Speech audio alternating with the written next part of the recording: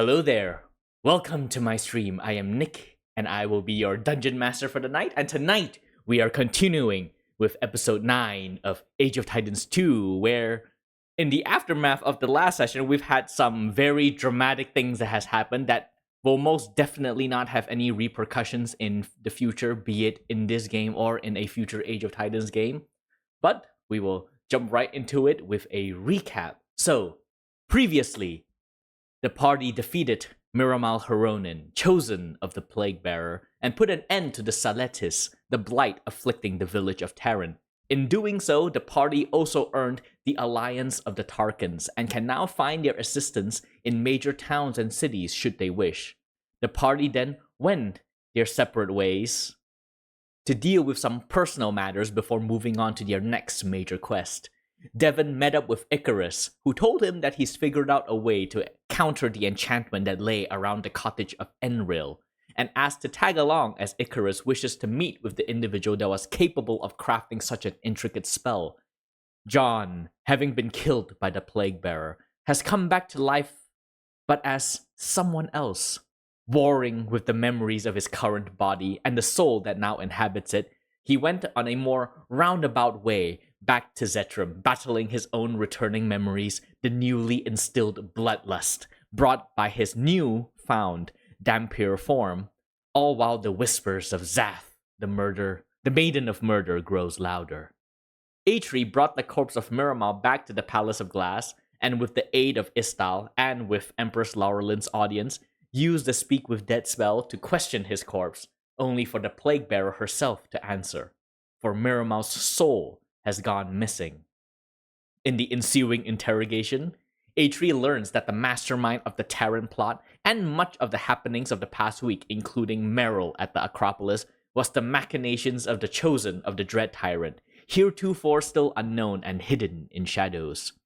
Forsyth, having indirectly brought about the death of Arborea Osisa and carving her heart out at Silra's behest, was visited by Kalaria, chosen of Oberon, their patron god, warning them of the consequence of the path they are currently taking. This then prompts a tense conversation with Silra herself, of which at the end Forsyth cut ties with her, and Silra's threat that they'll come crawling back soon enough. And now we go to Eliviel, who went to the town of Harkin and met with Destin, former paladin of the Solar Shield, now worshipper of Orcus, at the inn Sparrow's Tail, and there offered her a way to rid herself of the tumor of the Carrion King, currently gestating in her shoulder, who wishes to gestate the Carrion King himself, and then help him reclaim his birthright that was stolen by the Blood Duchess. Left with no choice, Alivial agreed to it and the tumor was removed by Destin using an obsidian blade. But during the removal ritual, Alivial noticed an apparition above Destin that formed a twisted, shadowy shape that allowed her to realize that at some point, Destin became the chosen of the Gaping Maw, Orcus's brother, and that he now has in his possession the Carrion King's seed. And it is with all of this that has happened that brings us to now. So I think we will start with we'll start with Devon first. So we cut to you and Icarus standing outside of this shed, this cottage that you arrived at last time. This single story structure with thatched roof and a small garden to the left, rounded by a short wooden fence that looks old but well maintained. Icarus has turned towards you and is now following your lead about what to do next. What do you do? Okay. Um, do we? Can I sense the magic that is around the place? Are you just doing this normally, or are you doing it through a spell? Normally. Make me an Arcana check. Either Arcana or Perception. I'll allow both. Okay, let's do Arcana.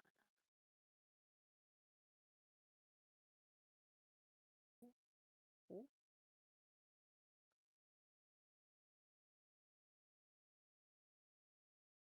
25. Oh shit. Okay, 25.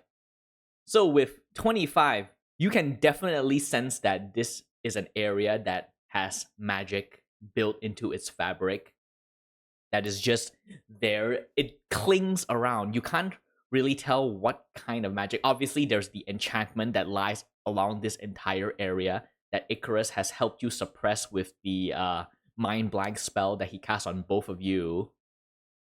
Mhm. But you are not able to pick up like specifically, like not without a like a detect magic spell, what exactly clings. But this is a very magical place, and it makes you extremely surprised that it was able to escape notice by the people that lives on this island for so long.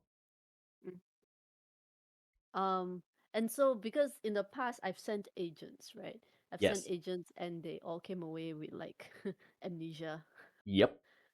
So, so, uh, so with the mind black spell, does that mean I am not affected whatsoever, or that I have kind of like I can sense like there is a shield that stops me from being affected? Like, The mind blank spell basically renders you immune to anything that would charm you, and enchantment spells are charm effects. So, okay, based on cool. Icarus's description, both of you are currently immune to whatever ritual effects is around this place. Okay, nice, great. Okay, so I'm gonna walk up. Is there light coming out from the? Sorry, what time is it? Is Uh, it this is now? around like midday. Okay, okay. Do I see smoke coming out the chimney? Uh, there is a little Fine. bit of smoke coming out from the chimney. Okay. I'll go up to a window and just kind of like discreetly peek and look in. All right. Make me another perception. Oh, and also, as like you're walking up, Icarus will go. Look, I told you that I am intrigued by this individual, but you are here to talk about something very personal. Do you want me to follow along, or do you want me to hold back for now? Mm, It's fine. Come along. Let's see what he has to say. All right. And his face lights up like a kid in a candy store as he follows along. Yeah, yeah. Okay. And make me a perception check as you see Icarus rounds to the garden and starts inspecting the plants there. A damn 7. Yeah. Omen got cataract. All right. So with the 7, you look through, and there is a bit of a fog that is over the glass that you're looking through. You can see inside. What little you can see is a cozy space with like a wooden table right next to the window. So this window that you step up to is next to the front door, and Okay. this wooden table has a chair on it. And from your angle, you can see that there is a small bed in the back corner, and on the adjacent wall, there's a small cook area, and there's a cozy chair that sits before a fireplace. And at the center of the floor is a red rug, and you can see a shape sitting on that chair in front of the fireplace, but you cannot make out anything more. Okay. That's fine. I go up. I knock on the door.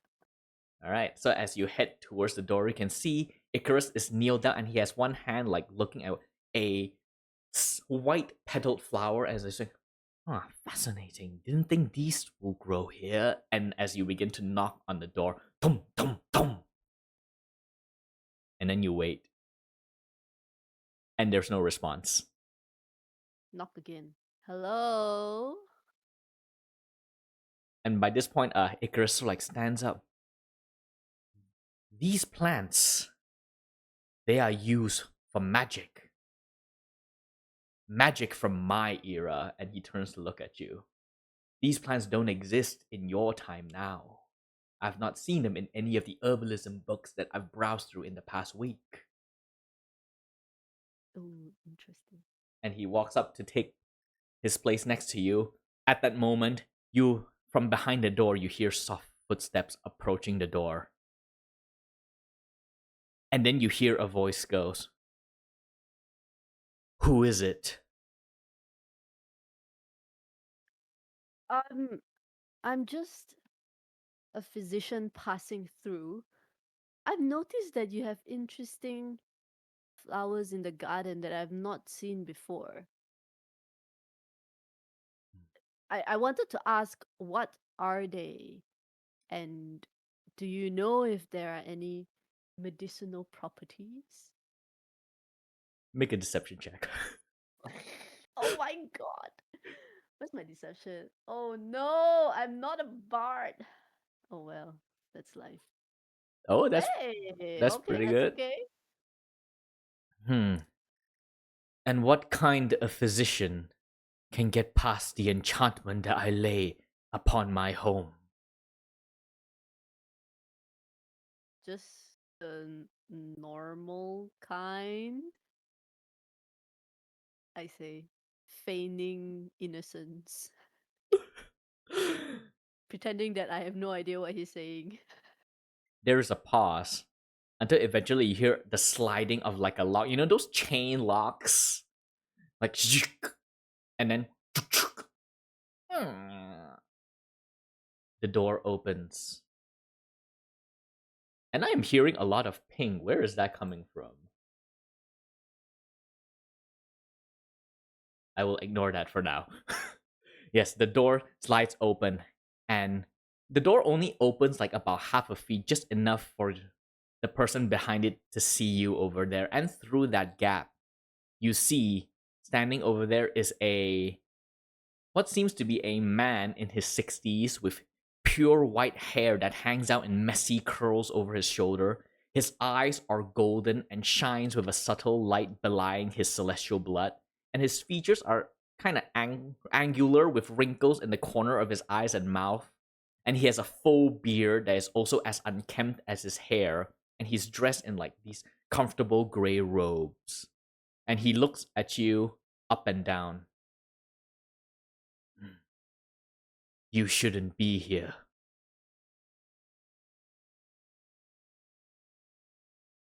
I know this guy's name. What is it?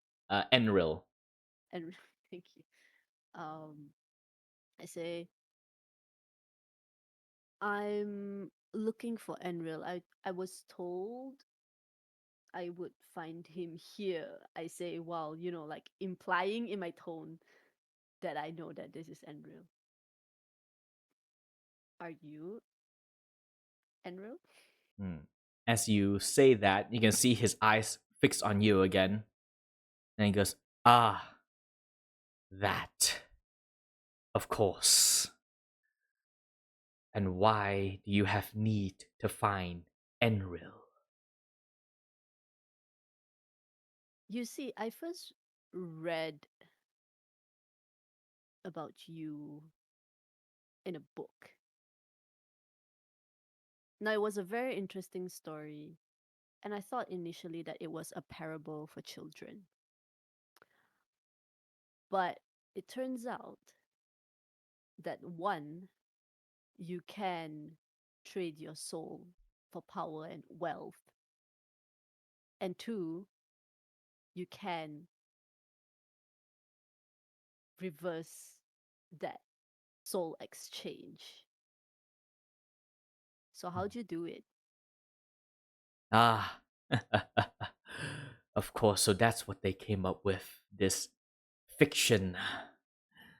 I suppose you can come in. I can humor you at the least. And he opens the door fully to allow you to enter. And it's at that point that he finally, after opening the door, he also notices Icarus standing over there, and eye just fixes on him for quite a while, just staring.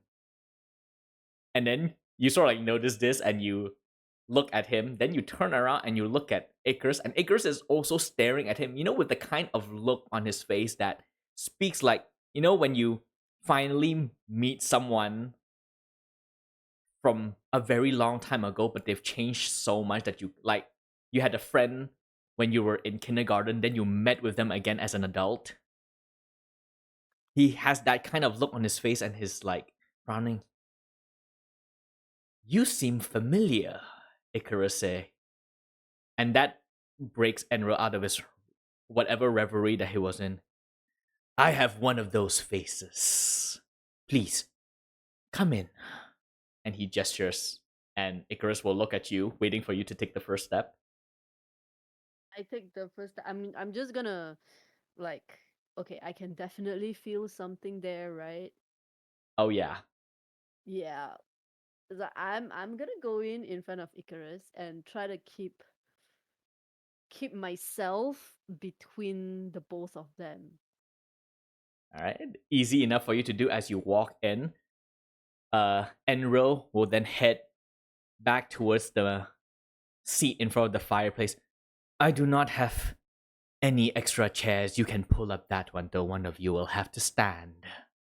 And he sits himself back onto the couch in front of his fireplace. And you can see that there's a small, low table to his side where he is nursing like a cup of tea that he's been sipping on.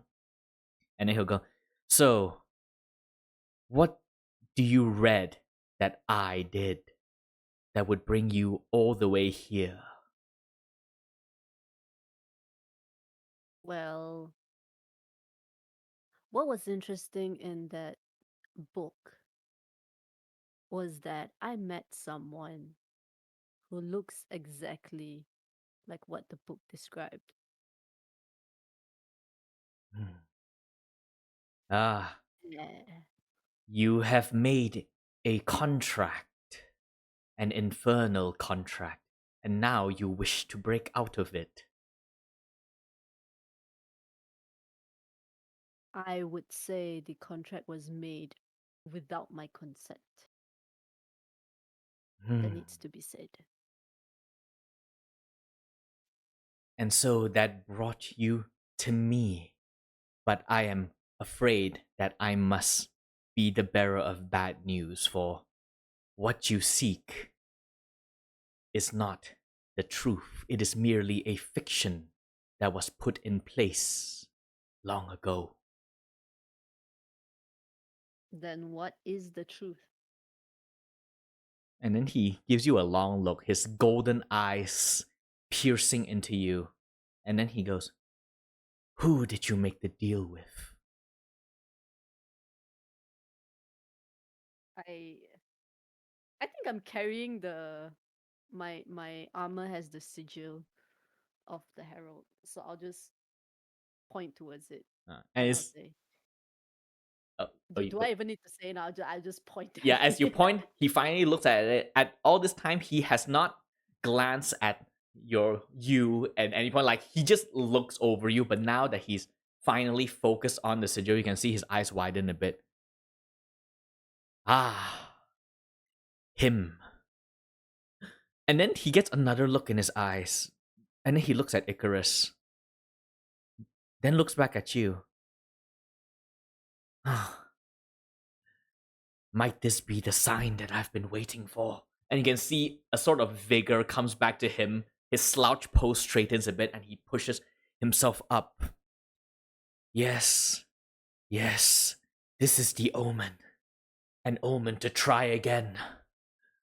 And it is at this point I can see Icarus finally unable to contain himself. He goes, look, I'm sorry, but you look really familiar. I must ask you, who are you? Why do you carry the elements of the old world with you? Why do I? And as he continues to speak, you can see Enro just holds up one hand and he waves, and there's a sound, and then everything just went silent. And for a second, you thought he cast perhaps like a silence deafen spell. But then you look at Icarus and you can see him, one hand raised, his mouth half open in speaking, and then you realize that Enril has just stopped time, Oh leaving shit. leaving just you and him frozen in this world. And now he finally straightens up and he looks at you and he begins to walk towards you. The Herald is not who he seems, just like I am not who I seem. A fiction laid upon a new world. You want to break yourself out of this contract. I can provide you with the means, but I will warn you that if I were to do so, the repercussions to the world in just knowing the Herald's true name, this name that should not exist, it will be dire. Will you shoulder this consequence? And he looks at you as if he wants a specific answer out of you, as if what you will say next will dictate his next action, whatever it may be. Wait, stop. Stop. What are you talking about? Are you saying that the Herald is more than what I know him to be? Are you saying that, and I'm just gonna gesture to him randomly, uh, are you saying that he's divine like you? I mean, it's pretty clear that you're both, or you're like some celestial, duh, obviously. In a manner of speaking, the herald is a devil god, so he is divine, but the persona of the herald is merely a front that he presented, another fiction that hides to keep things as it is. I can tell you his name, and you can see there's almost like an impatience, like a want for you to just say yes and accept this, as if this is what he's been waiting for.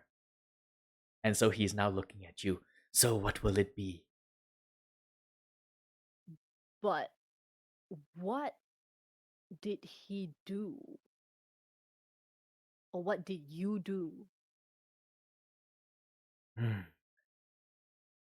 What are the repercussions that you are talking about? I'm a man of science and of medicine. We do not randomly prescribe medication for for for symptoms which we do not know the cause of. Hmm. Make a persuasion check. So scared. You have inspiration. Dirty Oh. 20. He will look you over, and then he will go, we did something eons ago to put an end to something that would have broken the world. And this, what you see before you now, is what was formed in the aftermath.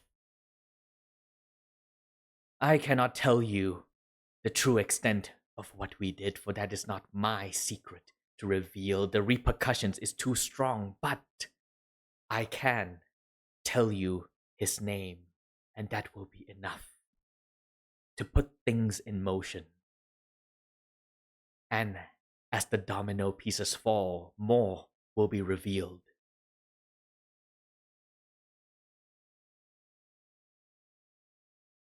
That is not an answer. You did not roll high enough. Dang. Mm, okay, let me think. And you're saying that if you speak his name now, everything that you've done in the past will be unmade, which means, are you implying that this world will also be unmade? Hmm. It will simply be put right. I tried to put right the world once, and I failed. But I will not fail again. I've learned from my mistake. There will not be another sundering. I will succeed this time. And you just need to speak his name to undo the sundering? Are you undoing or are you remaking? From what he said, him trying to remake the world once and failing is what caused the sundering, which goes against everything you know. Okay. Okay. My tiny little mind cannot understand. I mean, Devan's tiny little mind cannot understand because the world has always been the way that it is. And he goes, so I asked you again, will you be the stone that signals and herald the change.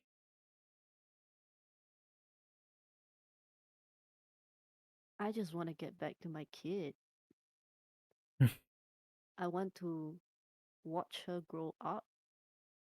I want to hold her hand while we run through the fields in springtime.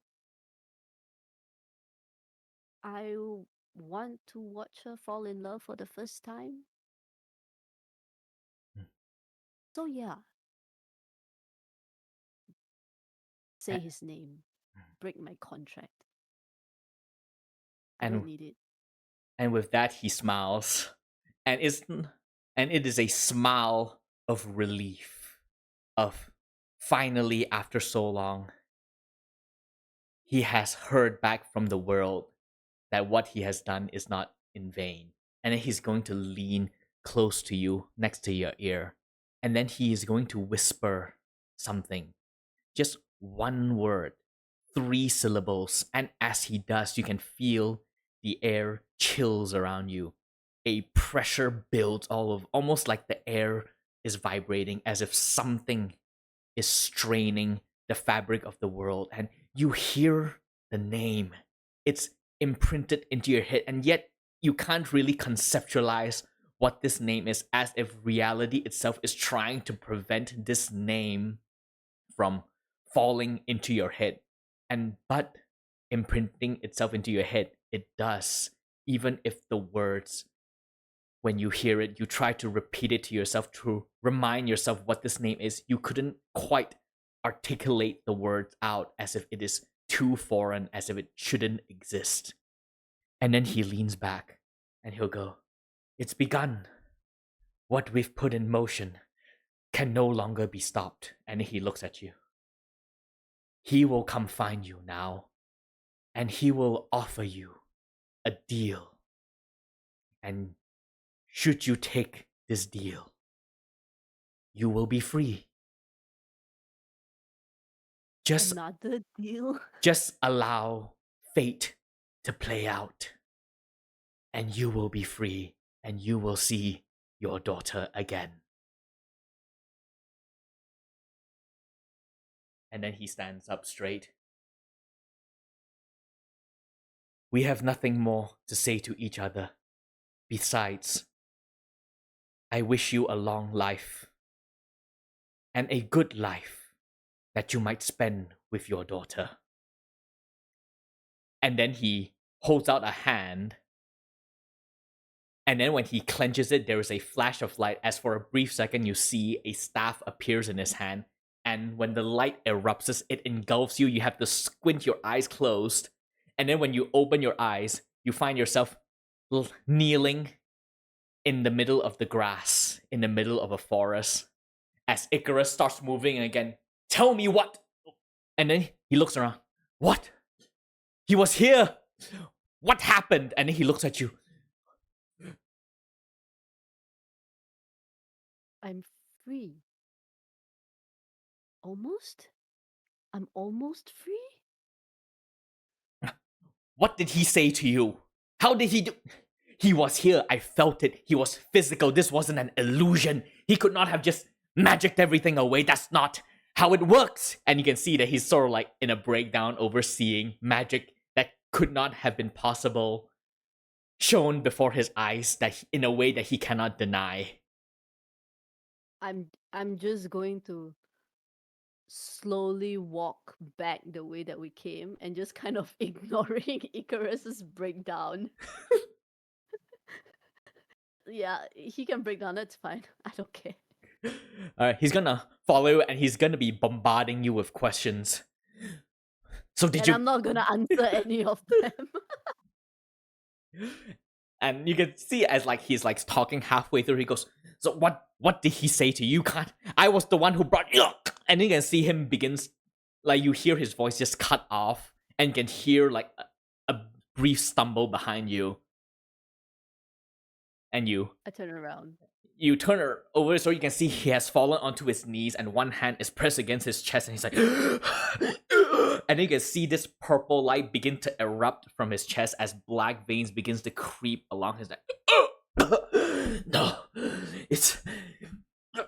Come to me quickly. We must go back. And he holds out a hand towards you. I take it.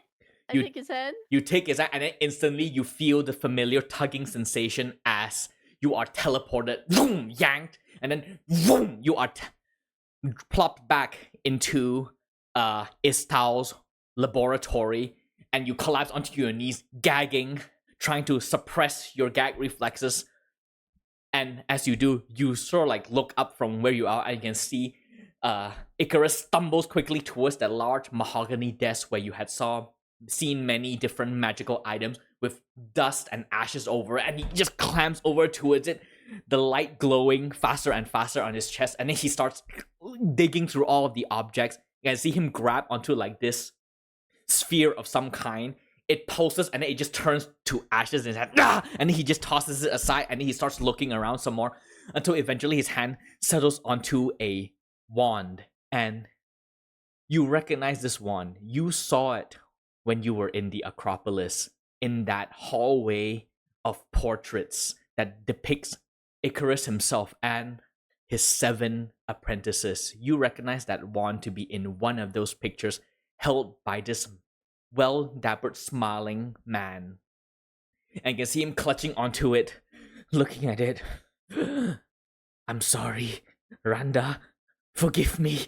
And then it lights up, and you can see streams of energy begins to sieve from the wand into him, and then it begins to crumble into ashes, and you can hear Icarus as he lets out a sigh of relief as the light fades away from it and the black veins retracts, and then he takes a deep breath and straightens himself, and then he looks down at the desk, at the ashes in his hands trembling a bit as he rubs at the ash. The parasite grows stronger in the 10 days since I was freed, much more ravenous than I could ever have imagined. Nothing in your world can sustain me but the ones from mine, the last remaining artifact of my time and my friend. Oh gods. And then his hand rubs against the ash. I would like to be left alone for now, please, Devon. We'll speak another time. I leave. Well, rather, I give him a pat on his shoulder, and then I leave. And as you leave, the words of what has happened is piling through your head. You did not even have much time to process what has happened before you see a servant of the Palace of Glass walk up to you. Master Devon, you have returned. There is someone waiting for you in your chambers. He's expecting you.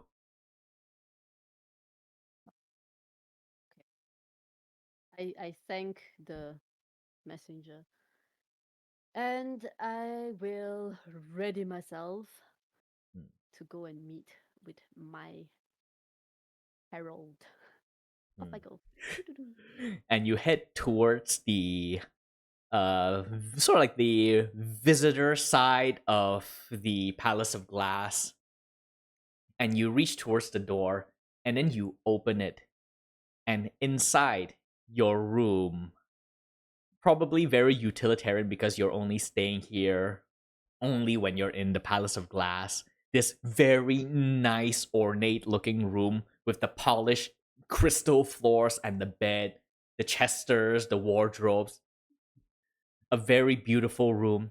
And you can see sitting at the foot of your bed is Brother Gengrich, a human man, gray eyes, his severe features and his pale skin, wearing the robe that he's always worn, this dark red robe with the hood put back, and he's just sitting over there. And he goes, I hear you're looking for me. Indeed. And then he stands up and he goes, I don't have a lot of time before our mutual employer arrives, so I will be quick. He will ask you to retrieve something for him in exchange for voiding his contract with you. It will be a fantastic trade. You will accept it and do as told, but you will inform our employer that you failed. I leave the excuse to you, and you will give the artifact to me instead. Do this, and you will be one step closer to ending the Herald's hold over not just you, but your family as well. The choice is yours. Choose correctly. What? Why do you need this artifact? And then you see his tilted head. He is here. And then you can see his body convulses a bit.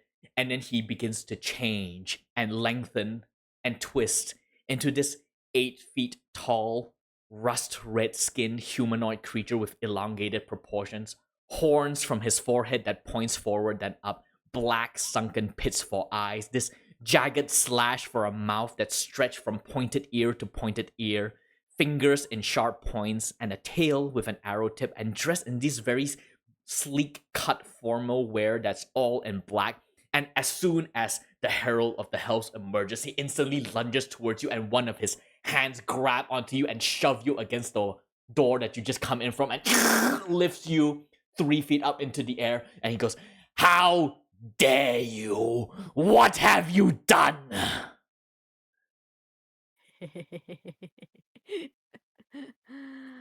Oh, not so fun now, is it?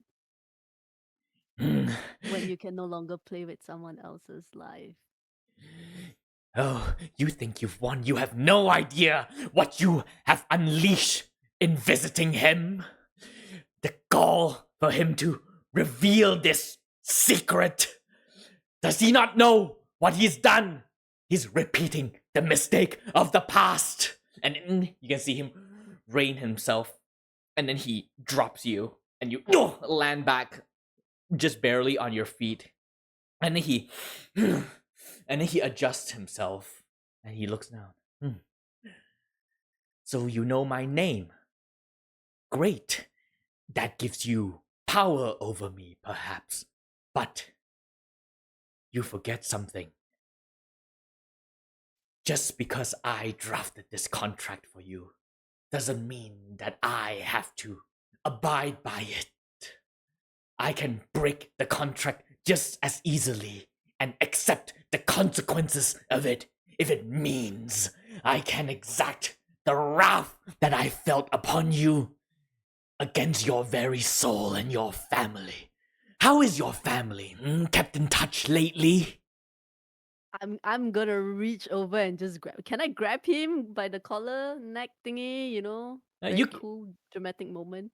He will allow this to happen, but of course when you pull, you obviously can't displace him, but he That's allows it to fine. happen.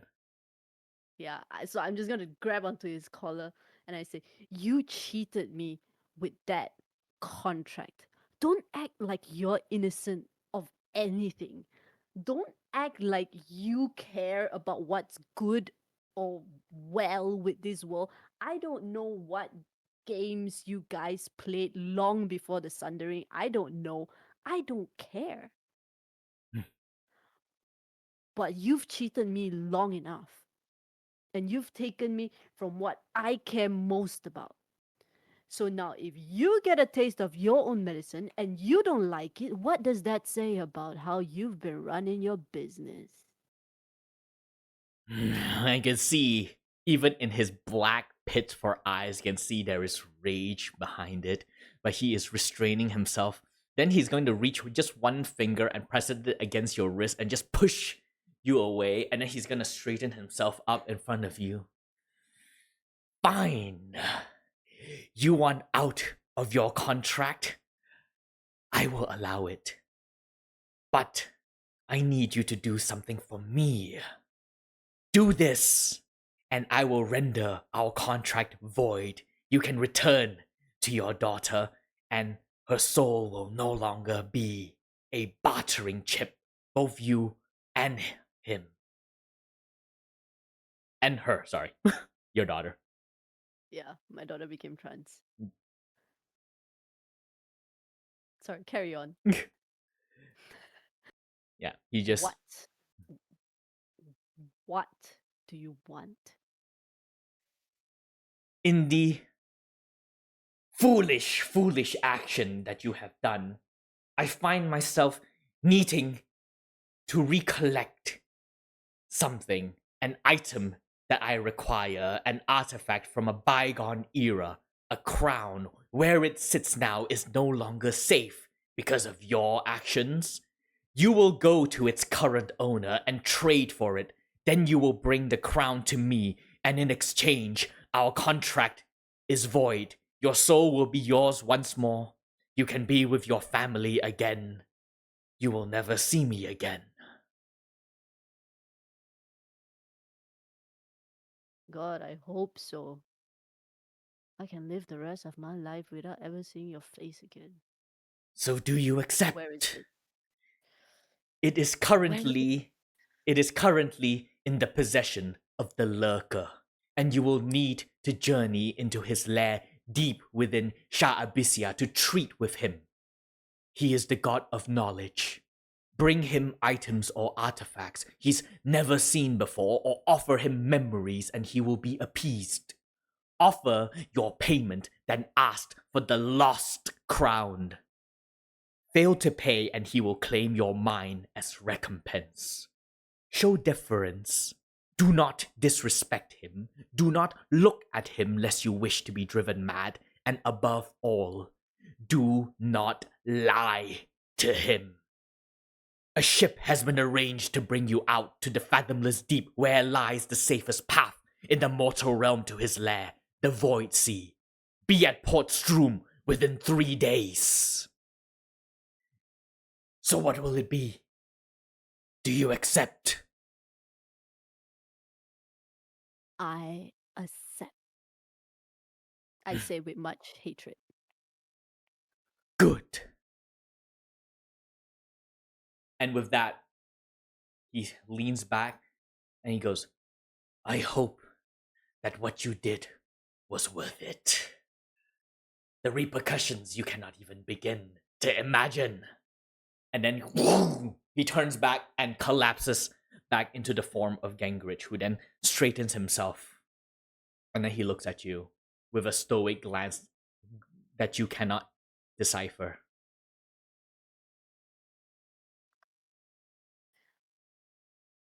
How does being possessed feel? Hmm. I asked Gangrich. He just shrugs. It's like putting on clothes, but in reverse. Like something puts you on instead. That's strange. I'm used to it. And then he... Why are you still serving him? It is the position required of me, and so I will serve that position until I no longer require it. Do you still remember what I said to you before? Yes. Where do I find you in the next time? I will find you. Oh, cryptic as usual. Good day. And then he is going to walk away. Oh, I thought he was gonna disappear into thin air, but okay. And so now that you are left inside this room, how does Devan process everything that has happened in such a short period of time? He's gonna sit down. And what time is it now? This is, I mean, it's barely past noon. It's like 1 o'clock. Okay. Right. So everything that happened probably happened in like 30 minutes, 1 hour. Yeah, around there. Okay, great. And he's gonna nap. All right. I'm just gonna nap. All right. And so, as you are left to ponder your next, so are you actually gonna do what he says? As in, like, visiting the Lurker? I'm thinking about it. All right. And then it's up to you to decide whether you want to go alone or bring your companions with you. I'll leave you to mull over all of that just happened that should have been spread over 2 sessions, but I dumped it on you in 1 session back to back as we move on to someone else. So, Great. I think we will move on to John. So you finally wake up in the morning, gasping, and then just flinching against the light that is streaming from above you, and you groan as you get up, and you can feel all over your mouth like this stickiness that is tacky all over you. You look down, you can see that the entire front of your body, your hands, are all covered in blood. And as you sort of like come to, you look around. Wait, everywhere around you looks way too clean for what just happened. And you realize that at some point, perhaps when you passed out, you moved somewhere else. You are still in the middle of the forest. But this place is not where you slaughtered the pack of wolves and indulged in your sanguine feast. You do not know where you are right now. And so, as you come to on this new day in this new part of the forest, what is going through John's head? John's just going to go have like a little, just have a little taste of what his mouth tasted after it.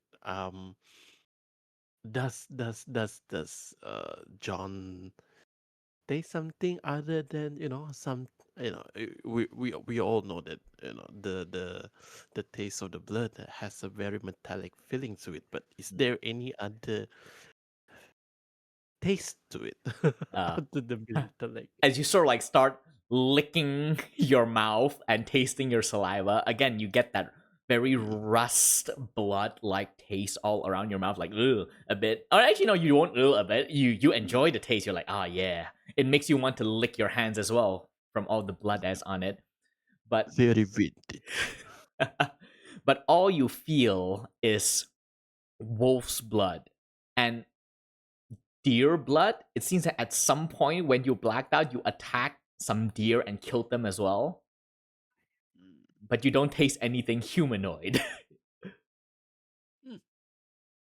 Doesn't feel something human, but other than animals, poetries. Mm, very okay after this. And so, as you sort of like straighten up and gather your bearings and look around, what do you do? Mm. It is in the middle of the morning, right? Yeah, now it's You know, morning. yeah, like the sun just like screeching hot onto my forehead. Mm. Huh. Well, figure out from my dreams. I fear something spit over here. Wait, just a moment. And after that, just John, John, just processing onto what was his memory. He has that feeling of he has that vision of a bright city with a lot of vibrant culture. And after that, he was like, hmm, that one feels like Zetram. Where can I find Zetram from here? Hmm. Mm. And just like pulling onto the saliva onto his finger, and just like looking into the wind, see where Zetram feel have a feeling of where Zetram is. Mm. All right. Roll me survival Hmm. check as you try to Sur- gather your bearings. survival check. Let's try to see. Oh, Ooh, not bad. very good.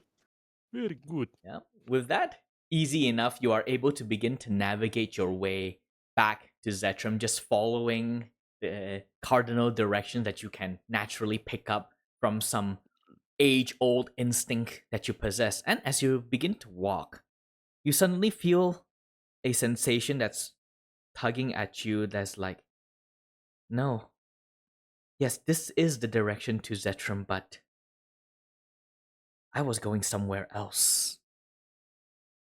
And then you sort of look towards your right. out into the forest, Hmm. and you feel something pull at you in that direction. Hmm. And instinctively, you know that this was where you had been heading in your blackout state before you fall asleep here. Do you abide by this instinct, or do you continue back to Zetrum?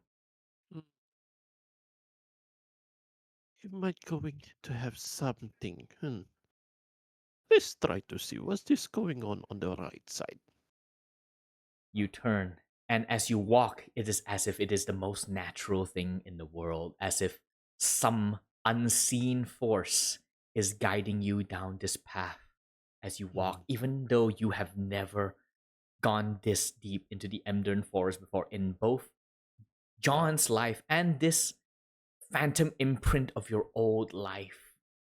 Even if you don't remember anything, you know that you've never been here before, and yet something pulls you nonetheless, going deeper and deeper until eventually, through the thick trees and the shrubs, you see something emerge in front of you, overtaken by the wilds, the weeds and the grass and the vines that grows. You see in front of you a small, tiny structure that then you realize is a shrine.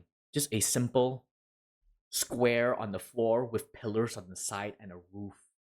And in the middle of this shrine, there is a statue of what looks like a man wearing like some sort of armor with his hands clasped in front of him, his face completely defiled and broken, as if desecrated by some unholy means. And you can see stretching from its back these pair of wings that are broken, and pieces of it is on the floor. And in its hand, there is a stone rectangular slab. And on that slab, you see, is the only thing in this shrine that has not been touched by time or nature. And from your distance, you can tell that it is a sword. Oh, today's my lucky day.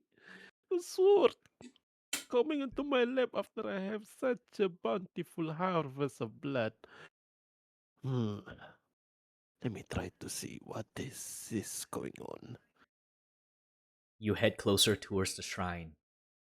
And as you get closer, you feel another surge of familiarity over you.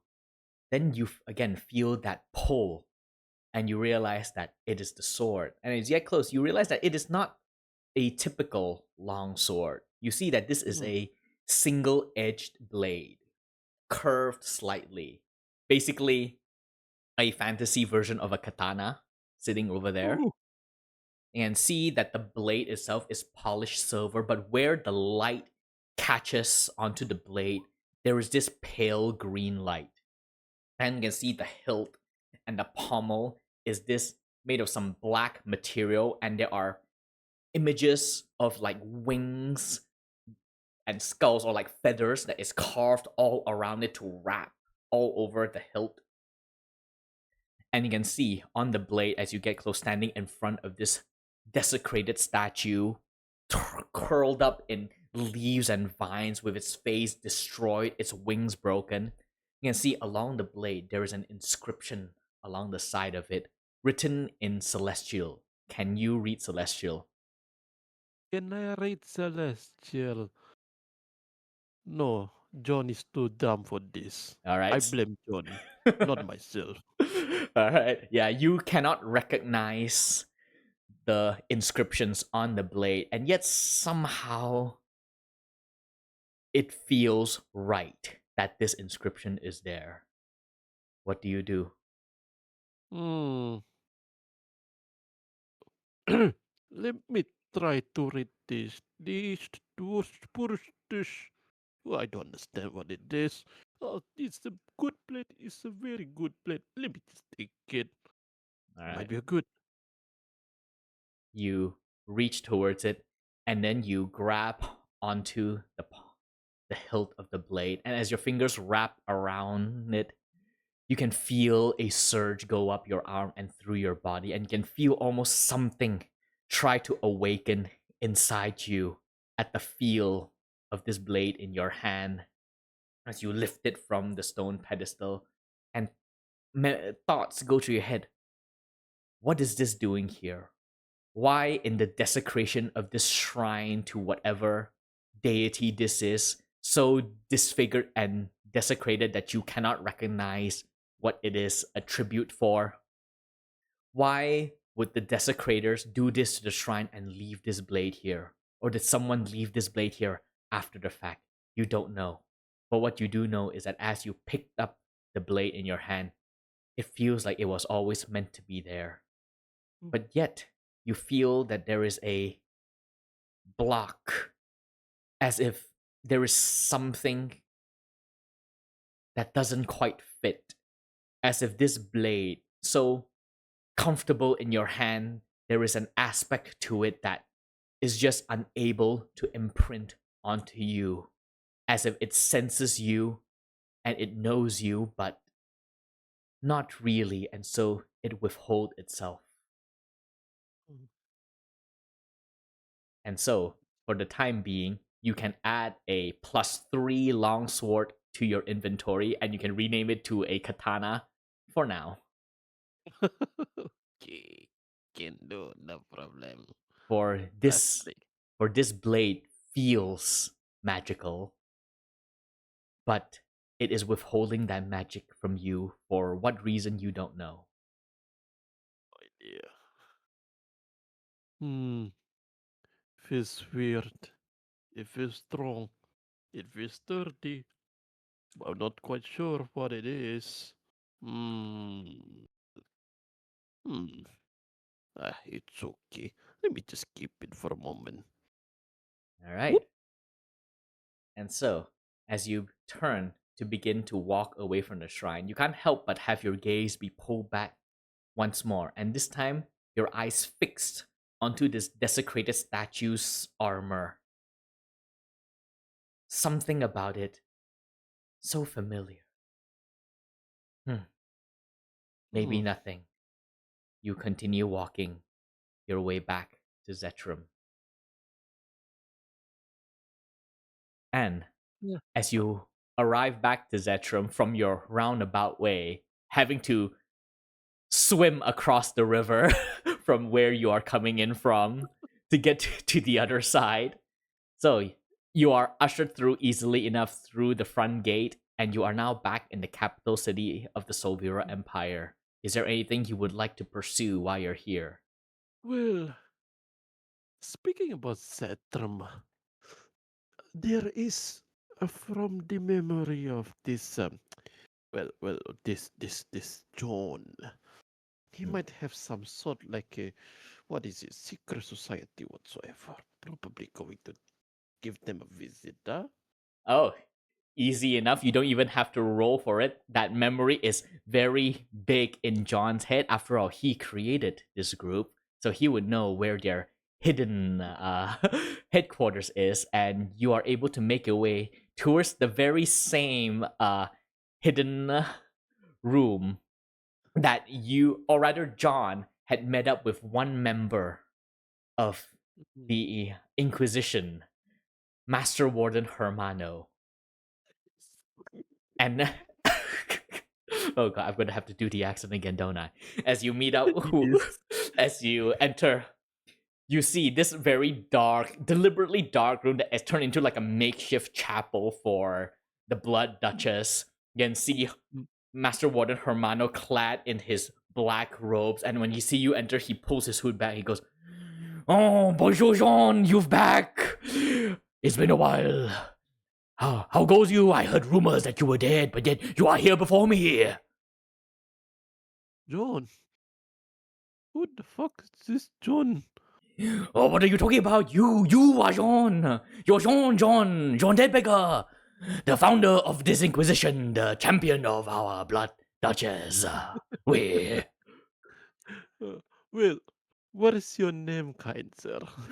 You would ask the name of your Master Warden. I am Hermano. I oversee the re-education of heretics, on which you assigned to me. We manages the sanctuary of penance. I do, Baguette. Baguette.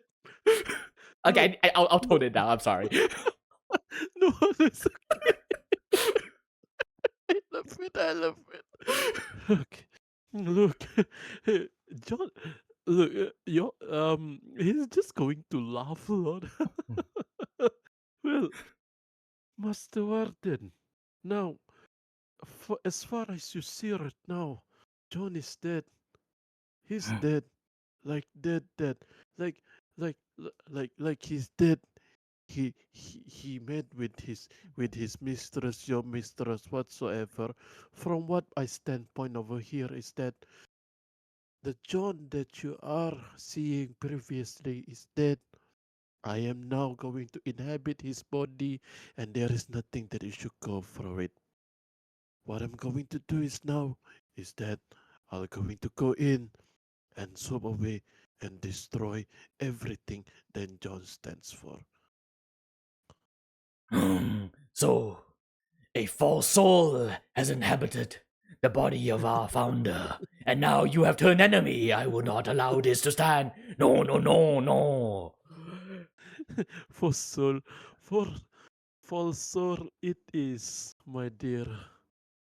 And there is and this what you call this a heretic. You are yourself a heretic. The mistress of death is a heretic. Well, everyone and everything is heretic. And there is nothing that you shall do because all of the Dominicans see me as Dr. John. Nothing else that could stand in my way and to destroy the mistress of death herself. Not while I stand, no. And he draws a sword out from somewhere, and you can see dark shadows lurk along the edges as other members of the Dominicans show up, drawing their own swords and dagger as well. Not if we strike you, false prophet, down now, we. Let's dance, shall we? And then they charge forward to attack you, and I mean, these people, they stand no chance against you. Just roll me an attack roll, and then we see how you massacre them. Or how successful you are. If you roll on that one, then there's not much I can do, but... Oh yeah. Just roll for roll for damage. What? Yeah, just roll the attack. The attack will determine how successfully and thoroughly you win or fail if you roll on that one. Oh, okay. Let's go. Let's go. And by this time, right? And by this time, for dramatic purpose, Johan just going to pull on to his fang, just pull in the red vein blade, and just going to say, "Let us dance, shall we?" And just like, whack. Yeah. And as you draw out the Let's- red vein blade and you charge forward with a 30, you can hear the familiar voice of this woman that has been speaking in your head all this time goes, "Yes, embrace the blood. Embrace the artistry of murder. Oh, you will do so much better than John." And then you dig right in as they don't even stand a chance. Blood spills everywhere. Body parts flies as you carve them through with both blade and fang. Blood and flesh splatter across the statue of the Blood Duchess that sits in the middle of the chapel as screams echoes out as you tear these Dominicans apart. But even as you kill them and they know that they are outmatched, their faith and fervor towards the Blood Duchess refuse to let them break or stand down, and so they fight to the very end until you have clutched in front of you with the red vein blade stabbed right through the heart of Hermano, who is falling upon you. He's staring at you, blood pouring from his neck and from his mouth. He goes, "Even in your betrayal, you carry the form of the Blood Duchess. Her fingerprints upon your soul lies there, whether you like it or not." And then he goes silent and he goes limp in your body. Well, you died. Well, bad idea for myself. Well. But it's okay though. That's going to bring on a lot of message to all of the so-called heretics. And with that, you drop the body of Hermano onto the ground, and you stand in this chapel, blood streaked and corpse filled, and you look upon the blood-stained statue of the Blood Duchess in front of you, looking down upon you. What do you do? Oh, Blood Duchess. You shall see the destruction of your own. You ascend to godhood, but the godhood that you are sent on are all built on the false idea, false premise. And I shall be your end, and there is nothing else that you can do to it. Bad idea, Duchess. Bad idea. And as John chuckles in this dark, silent chapel, this cult that he has built in a previous life, now destroyed, we will now move to someone else. And can I just say, Popo, you know what? I respect the sheer chutzpah of just destroying a cult that you yourself created. You know, I can respect that. What? They're built on falsehood. Come on. There is no such thing as the cult going in the generation, in a lifetime. No, Yeah. it's a false one. Yep. It's very me massacring the Council of Five in a session Very. 0. Very. But yes, now we will move on to Atri. So, in the aftermath of your speak with dead on Miramal Haronen's corpse and learning the revelation that was dropped on you by the plague bearer that has inhabited his body, you are left with more questions from the answers that you have received, and now you stand in the middle of your own personal chambers, processing the information that you have received. Istal and Empress Laurelin has gone off. You are alone here. What is going through your head, and what is your next move? I'm just tabulating who are the chosen, who are the all the others, because the latest one I have is actually the Iron Warden. Yes, that was a name that just very recently come upon your lap. And of course, you know the name Iron Warden. That is the moniker of one of the members of the Closed Table, which is the organization that rules the Timentis, this criminal guild. But none of their true identity has ever been revealed. I guess Condola would know. Oh, so you're gonna go talk to Kondula, is it? No, I think I will go talk to the soul that I've caged. Oh, yes, Meryl. So, you reach into your pocket and then you pull out the soul cage and clutch within it. And you concentrate. Can you ping me, soul cage? How do you communicate with the soul? Is it like through telepathy, or do you go to like an astral plane to do it? Either the Querish soul or the Eyes of the Dead, right? So, do you want me to ping it over? Yeah, just so that I can read. It's been a long time since I've had Soul Cage happen in my game. Good to refresh my memories. Okay. Oh, okay. Give me a moment. I mean, yeah, the last two. Yeah. Yeah. No, actually the second and then the Yeah, you want to query soul, right? Okay. I don't know if I should, but I only have a few times, I would say. Yeah, up to you can use the trap Yeah. soul inside up to 6 times. Mm-hmm. And so I would say, as you clutch onto the soul, since it is telepathic, you hear the familiar voice of Meryl, this sadistic, twisted voice goes, "So you finally see it fit to contact me after trapping me in here for so long.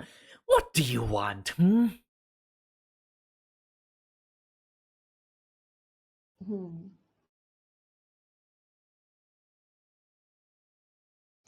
Do you know what the Profane Four is planning, or at least from your Maiden of Murder?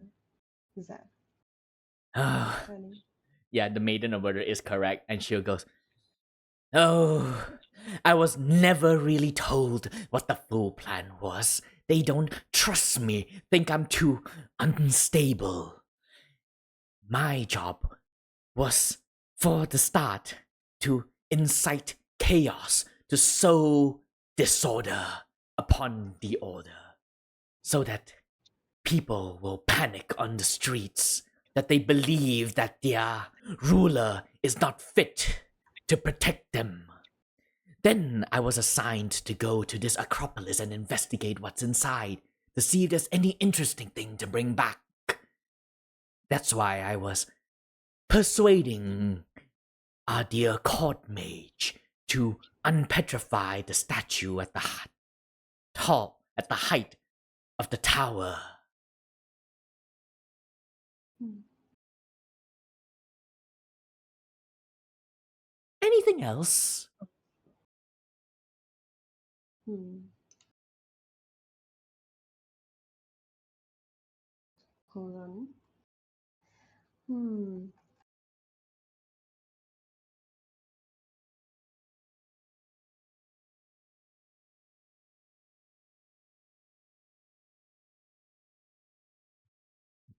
I think that is all for now. I am Yeah, ever at your service. As you put Meryl away. So, what do you do now? that I was. Hmm. You did say, I remember last session, that you want to talk to King Xarxus. Yes. That is easy enough. So, there are two ways you can do this. You can either go down to Dresmere and talk to him, or, since you know his secret, that he is now a demigod, you can merely just invoke his name and see if he answers. And since I it's you, will. he will usually answer. I will invoke him. All right. Then So, you speak his name, Xarxus, and you wait for a bit. And then you hear his familiar, deep baritone voice come to you. "It is rare that you would invoke me, Atri. What do you want?" And then you look over your shoulder and you can see Xarxus II now stands in your room. This 7-foot tall tiefling with deep, dark blue skin, dull, solid red eyes, white hair that is pulled back into a braid that goes down to the middle of his back, horns that curved up, this very strong jawline, and a stoic face that is frozen into a permanent glare. And he wears this plate armor that leaves his thick, muscular arms bare, leather strips like skirts that shows off his toned thighs, like hoplite armor. And he has strapped sandals, and across his back is a large great axe. And he stares at you with his familiar stoicism, never one for many words. Xarxus. Then I do a little bow, and then I'm like, a lot of things has happened. We basically have one more chosen that we do not know where he is or she is. And I need your direction. I do not know where to start. There's so many things that is going on, and it troubles me. Yes. I had feared a plot to destabilize the Sovira Empire was at play. Chosen of the Maiden of Murder in the Acropolis, chosen of the Plague Bearer in Terran, both within Sovira borders, both faithful of the Profane Four. It is no coincidence, and now you have confirmed my suspicion. This hand that guides the plot hidden in the shadows, its motive unknown. It is a chosen of the dread tyrant. He is a god of war and tyranny, it would not be unreasonable to assume that this chosen's end goal would be the destabilization of the entire political structure of the Solvira Empire. If I were to put forth such a plot, I would not aim at the politicians above. I will aim at the common folk below. For a government that do not have the support of the people is merely a tyrant waiting to be dethroned, and perhaps something else to slide into its place.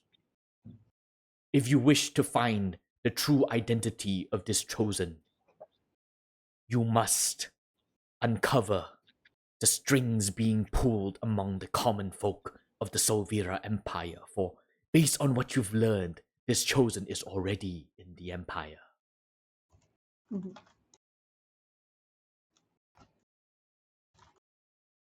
Yes, I've gathered as much. It is such a heavy burden for us to bear, but it has to be done. I will try my best to find out who this is. I have no doubt you will. The Solvira Empire is an ally, and I have seen what brews in Tyrondir and the new Iron Dominion.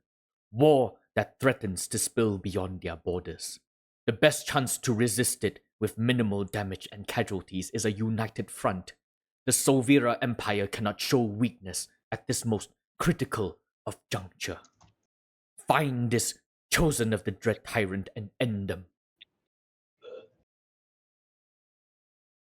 I will do my best, and I will end this conversation.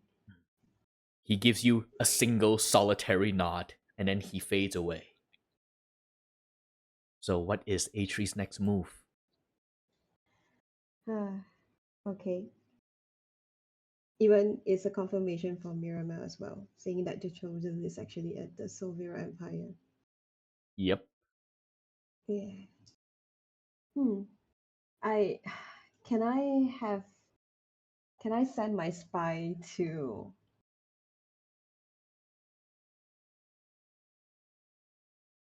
on General Koreshkan again? On General Koreshkan. Yeah. Alright. Roll me an investigation check. Investigation.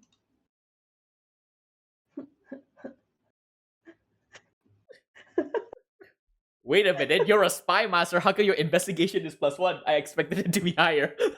You have You asked inspiration. me. Yeah, I you. don't know why.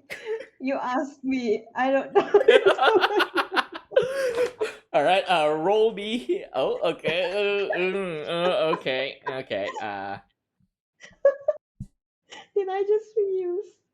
Oh, I wasted my inspiration. My half is. Sadly, it has been rolled. Oh man, but that's so tragic. But yes, Yeah. you, based on what your spies have been able to gather in the time that you are away of Grand General Koreshkin's actions, he spends most of it in his chambers, and when he is out and about, he talks with a couple of the retinue that he came to Zetrum with, and either that or he is in conversation with Empress Laurelin, you know, the quote-unquote Yeah. alliance talk that he has been having with Laurelin and Condula, with, you know, Laurelin serving as the mediator. Those are the only Mhm. times that he has ever been seen. He has not left the Palace of Glass since he's been here, but with a 14, you learn that today is the first time that he left. Mm. And Should I follow him? Yeah, it's up to you. I'll say with the 14, you learn that this is the first time he's left, and with your other spies are like around Zetrum, you learn that today it seems that High Imperator Condula is holding a public demonstration in Zetrum's military district, apparently to show off her Steel Legion to the generals and the commanders there. And you gather that, you know, it's easy enough for you to put 2 to 2 together that Koreshkin is probably heading to this demonstration. Mhm. Yeah. I will go there as well. All right. So you head towards the demonstration, and as you arrive, so the Zetram's military district is sort of like walled off from the others, and as soon as you pass through the gate, you can see that the buildings here become a lot more utilitarian and a bit more brutalist in its structure, very much built for function instead of form. And these are all like the various barracks and the Zetram maintains a standing army, so this district is meant to support that standing army. So there are like markets and merchants and traders here. There's even a military pub over here, for lack of a better word. And you follow the stream of people, and you can see that there are people from the scholars district here as well, like arcanists and mages from the academies seem to be drawn here. And you head towards near one section of the military district where there is a open space, almost like a courtyard, like just cobbled and with trees lining along the sides.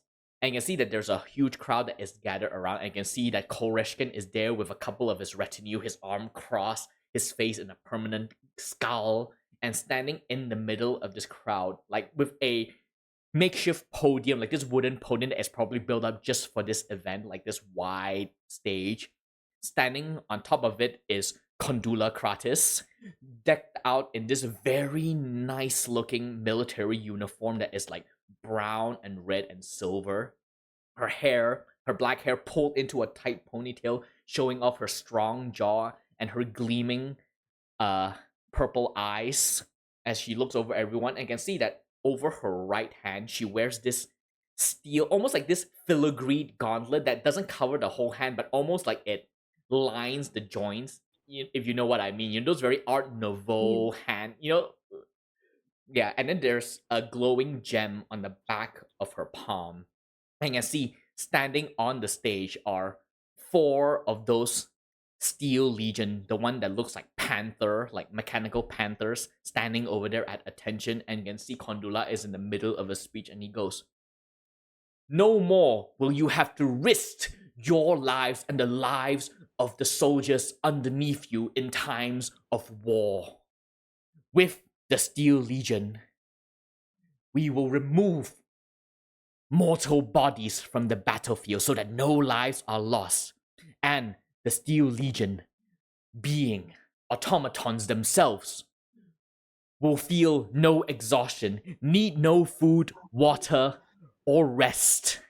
They are the perfect soldier and the perfect guards in time of peace. They cannot be broken, their wills indomitable, for they have none. And they cannot be bribed, and their loyalty lies upon those who possess their control gem." And then she holds up her gauntlet where the crystal glows at the back. "If you wish to embrace the Steel Legion within your nation, petition your empress, petition the council. Tell them no more must they risk the lives of their citizens when war come upon their doorstep." And then with that, she steps back and goes, "Now, would you like a demonstration of the prowess of my Steel Legion? Any volunteers?" And he begins to look over the crowd, and then you can see he meets Kolreshken's eyes, and a smirk pulls up on her face for a bit. And then she looks around, and then she sees you over there, and her eyes are like almost like humor entering it, as if she expects you to be here. Before she looks around, do you say anything or do you remain silent? I remain silent. All right. And with that, you can see Kolreshen goes, "I volunteer my retinue." And then Kondula goes, "Grand General Kolreshkin, I have no doubt that your soldiers will put up a valiant fight." And then Kolreshkin goes, "What use is your Steel Legion if they have no will of their own? There is nothing that can beat the instincts of actual mortal and the mind behind it. And then Kondula goes, perhaps. But let us allow actions to speak for themselves, shall we? And then she steps off towards the side as the entire retinue of Grand General Koreshkin's soldiers head up, 12 of them, each of them clad in heavy armor, with long swords and shields. Some of them have glaives, and you can see about 3 of them are spellcasters, and they get onto the stage, and Kondula steps towards the side, and you can see those panther walks up in front of it and begins to crouch into a aggressive stance. And then Kondula goes, begin! And then what follows is one of the most one-sided fight that you have ever seen. The blades and weaponry of Koreshkin's soldiers doesn't even so much as chip the Steel Legion. Just carve at it, just spark sending, not even a mote of dust upon its carapace. The only time where damage was ever done was when one of the spellcasters casts a fireball and it strikes against it, and you can see it leaves a charred mark, but even then, it doesn't affect it as much as it should. And the Steel Legion, these panthers just wreck the shit out of them, just grab onto them, hammer them down, bite onto them, throw them aside, and beat them up. And in less than 30 seconds, the Steel Legion has completely conquered all of the soldiers. They all lie on the ground, bloodied, injured, and you can see Koreshkin is bristling with humiliation at this display, as you can see all of the people over here is like, whoa, like starts clapping and looking at each other. We should get those on our side. It seems that the crowd is turning in favor of the Steel Legion. And then Kondula walks out and goes, behold, the Steel Legion. And then a cheer goes up among everyone. And as Kondula lowers her hand from her gesture, she looks at you again, Atri, and she smiles. And then she tilts her head towards the side, as if gesturing you towards the side, as if she wants to talk to you. And she begins to walk off the stage. Do you comply? I will comply. I will follow where she goes. All right. Except And me. And so as she steps off the stage, you can see a couple of these generals and commanders of the Zetra military walk up and start shaking hands with her, patting her on the shoulder, and just talking as you walk towards the side. Eventually, she finishes all of it out, and then she walks and stops in front of you. And out of curiosity, how tall is Atri again? She is. Wait, let me check. I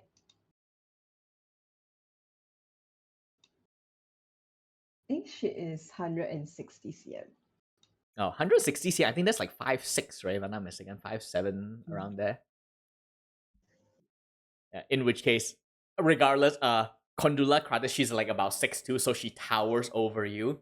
As she walks up to you, Spy Master Atri, a pleasant surprise. And then she holds out her gauntleted hand for you to shake.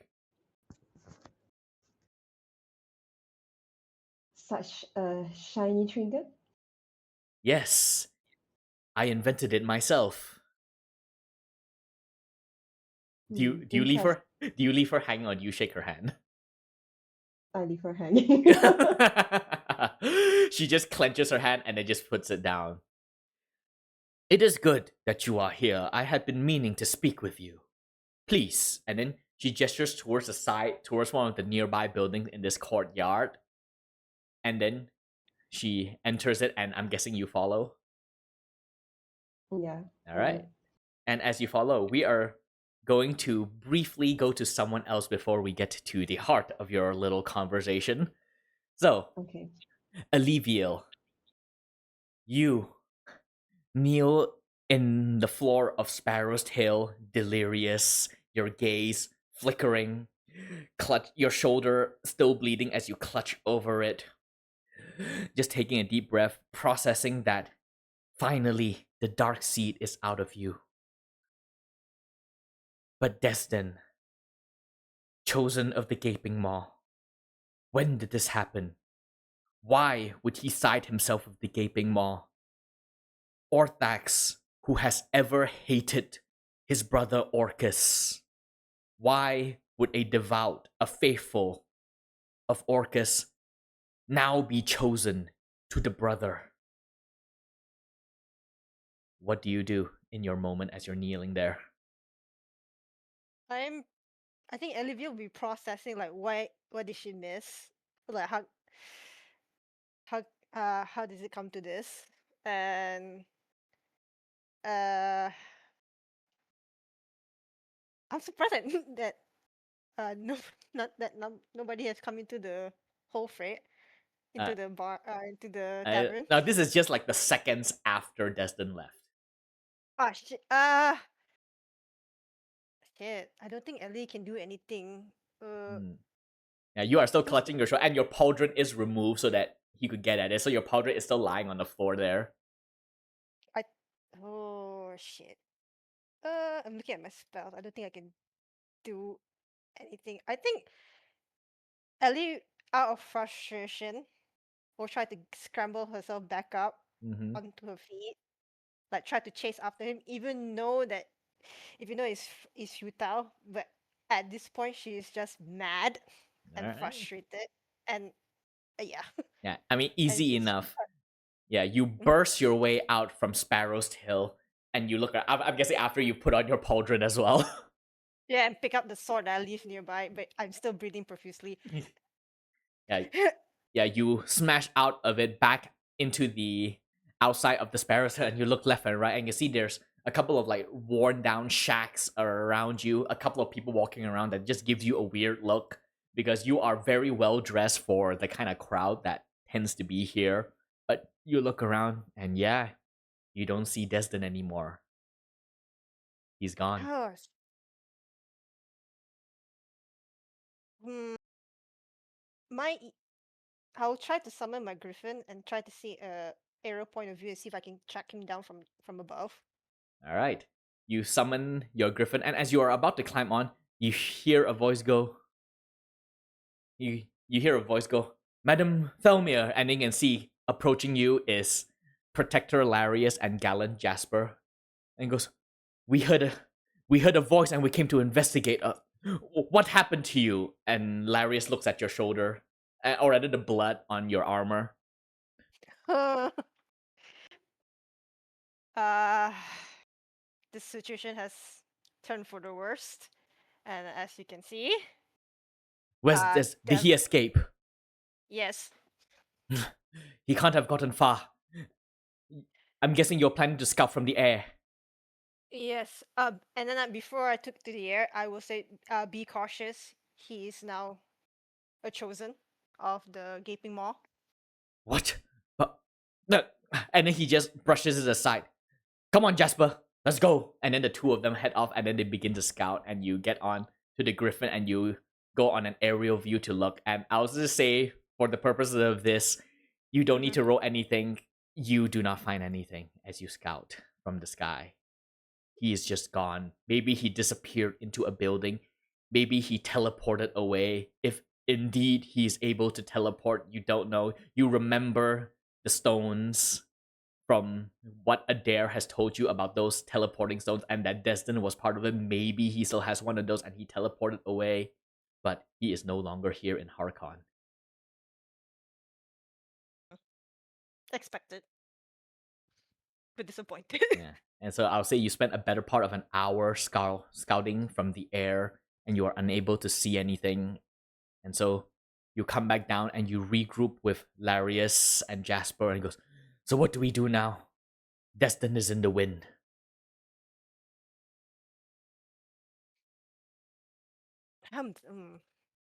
Shit. I think Ali will. Well, let me read my notes. Check something. Well, obviously, need to report back to the theocracy about what has transpired, and I will get to the bottom of this. The Mm. fact that this is far too much of a coincidence that all this family member we have already like defeated met 3 of the profane 4, the demigod children of Orcus, Mm.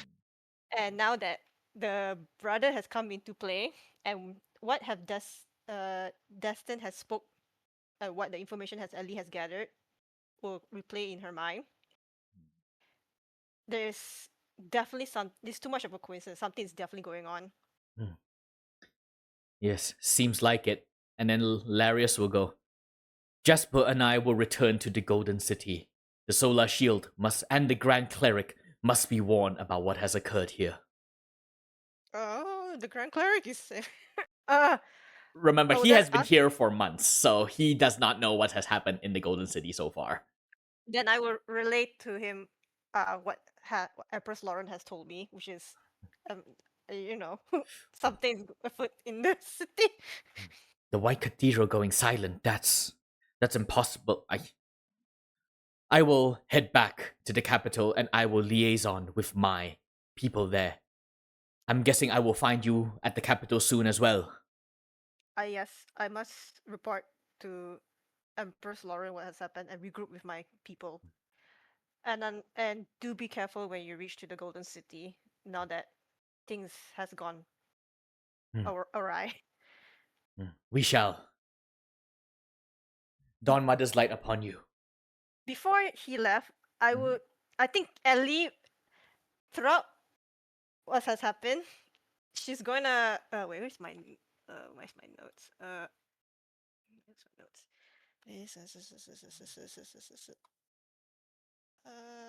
She would then would like to apologize to who's the head honcho, not the young. Oh, that's talented Larius. Larius, about the remark that she made No. about not him doing his job properly. Because now she did it. She has humbled too, so she's gonna swallow her pride and apologize. And he just gives not. Think no more of it. We both have enough failures to share between the two of us in this mission. Then she will not. Hopefully, this will be the last time we fail in our mission. And then Ellie will mount on her griffin and say, "Dominus light be upon you." And then And he safe nods. travels. All right, and the two of them head off, and you begin to fly your way back to Zetrum. Is there anything you would like to do in Zetrum as you arrive? This will take you like on your griffin. It'll instead of taking you like an entire day, it'll probably take you like half a day. So you Yeah, arrive great. at sundown. What wanna do in Zetrum? I guess okay. Even though Destin has said that there's no side effect, what have you. I leave the back of my mind say this is it is too easy. There has to be some like caveat or some lingering effects. So, but she has no way of figuring it out other than asking for Empress Lauren for help to confirm. All right, easy enough.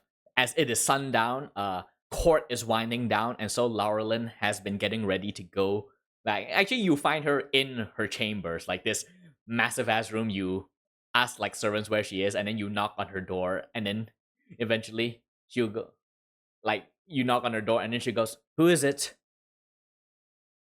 It is me, Olivia Felmir. Before that, I will make myself a bit presentable, as in I'll cast Lay on Hands to heal back my wound and use a cleansing stone to clean myself up. All right. And as they open the door, and this is probably the very rare few times that you saw Empress Laurelyn with her hair down, like she's getting ready for bed. Usually she wears her hair into this braid, this weaved up braid, and at the risk of sort of like, throwing a very weird comparison, she wears her hair like Elsa from Frozen after she transforms. That is how she usually wears her hair.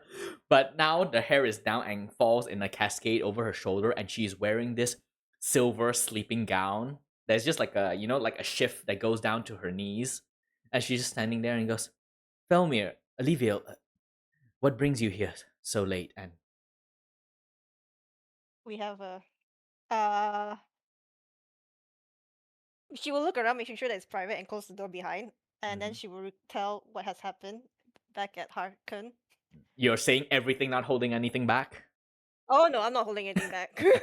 All right. So you are in the Empress's chamber, and this room is decked to the nines. Like, just like there's a chandelier in this room, like made out of like crystals that just lies above you that catches what little light is all around, that cause it to glimmer in this like very twilight lighting within this room that is the perpetual state of the Palace of Glass. It has no torches or sconces here because the Palace of Glass is made of these crystals that absorb sunlight and moonlight and then cause it to glow when there is darkness. So the Palace of Glass is never dark. And you know that no one listens into this room because there are spells weaved into it that bar just that. And so after you tell her everything, like she is sitting at the chair in front of her large vanity, and she goes, that is disturbing. He extracted the seed from your shoulder, and you live. Mm-hmm. This dagger that he used, tell me about it. Oh, it's a sick. I mean, it's a sick-looking design obsidian dagger. I mean, I remember asking, looking. I have a close-up of it, basically.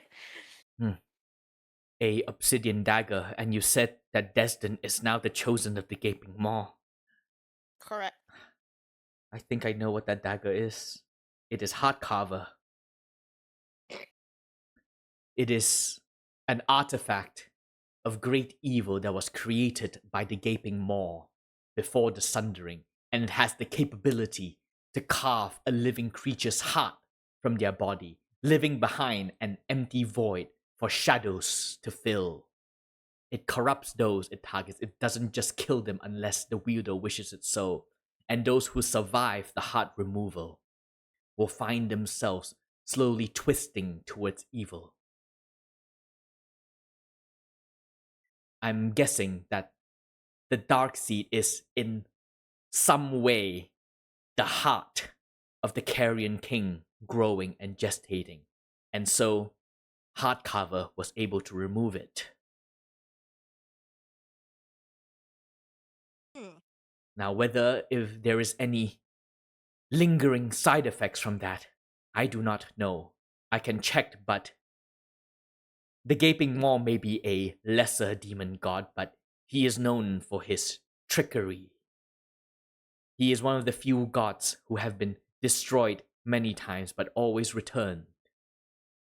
And usually return in years or even days instead of the centuries that afflicts other gods that had their essence destroyed. And then she holds out one hand and can see a bit of fire. This silver flames begin to erupt in her hand. Will you permit me to check? Of course. I trust you. And then you see her eyes. Her silver eyes begins to glow, and same with her silver hair as well. And then she puts her hand against your shoulder, and then you can see the fire begins to burns you, but it doesn't hurt. It almost feels like a warm embrace. And then she retracts. I do not sense any lingering fell imprints upon you. You are clean. For now. What worries me more now is what Destin intends to do with the seed. Now that he has it, you say that he wishes to wage a war against the Blood Duchess. But the Blood Duchess claimed the portfolio of a demon god. And not just a demon god, but one that belongs to the three above all. A lesser god like the Gaping Maw and a demigod like the Carrion King do not have the power, even combined, to face off against the Blood Duchess. But what if the profane four, all of all four of the demigods children work together to overthrow the Blood Duchess? Maybe, but I do not believe that they can do such a thing. Orcus was the one who created the Profane Four.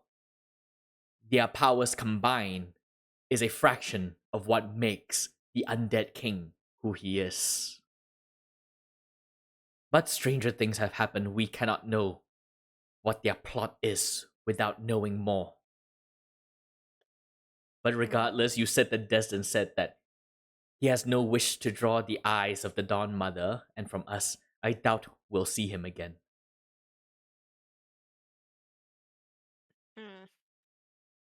For now. But I have notified the other paladins of the situation, Mm. and they will update me if anything happens. But knowing now that Destin has become the new chosen, it will be very, very difficult to locate him now. Yes. In the meantime, how goes your progress with the Golden City? Are you planning to head there soon? Unless there's nothing going on here in the city, then yeah, I will start making my way to the Golden City. We have had some update, and here she will tell you about what she and Atri learned. From the Speak with Dead. The chosen of the Dread Tyrant is responsible, and that chosen is currently in the Solvira Empire. At this point, Ellie was like having a migraine. It's like this is getting more and more not a coincidence now that all it's actually all the kids, all this whole it's a very sick ass family reunion coming out of the woodworks. Yes, though, this is just my personal feeling, but I doubt that Destin and the Gaping Maw is aligned with the Profane Four as to their current plot here. I don't know. It seems too random, them attempting to claim the seed of the Carrion King. And Destin was not part of their plot to bring the Carrion King back in Escort that you foiled. I feel like there is division even among the ranks of the Profane Four, but I cannot say for certain. We're just lacking information for now. But if that is your what is that what you say, then I will take it to heart for now. In the meantime, get some rest. You look like you need it. Oh yeah, I was bleeding. I mean, oh wait, sorry, I'm not there. Ellie will nod and they say that you as well. Thank you for all your help, and she will bow.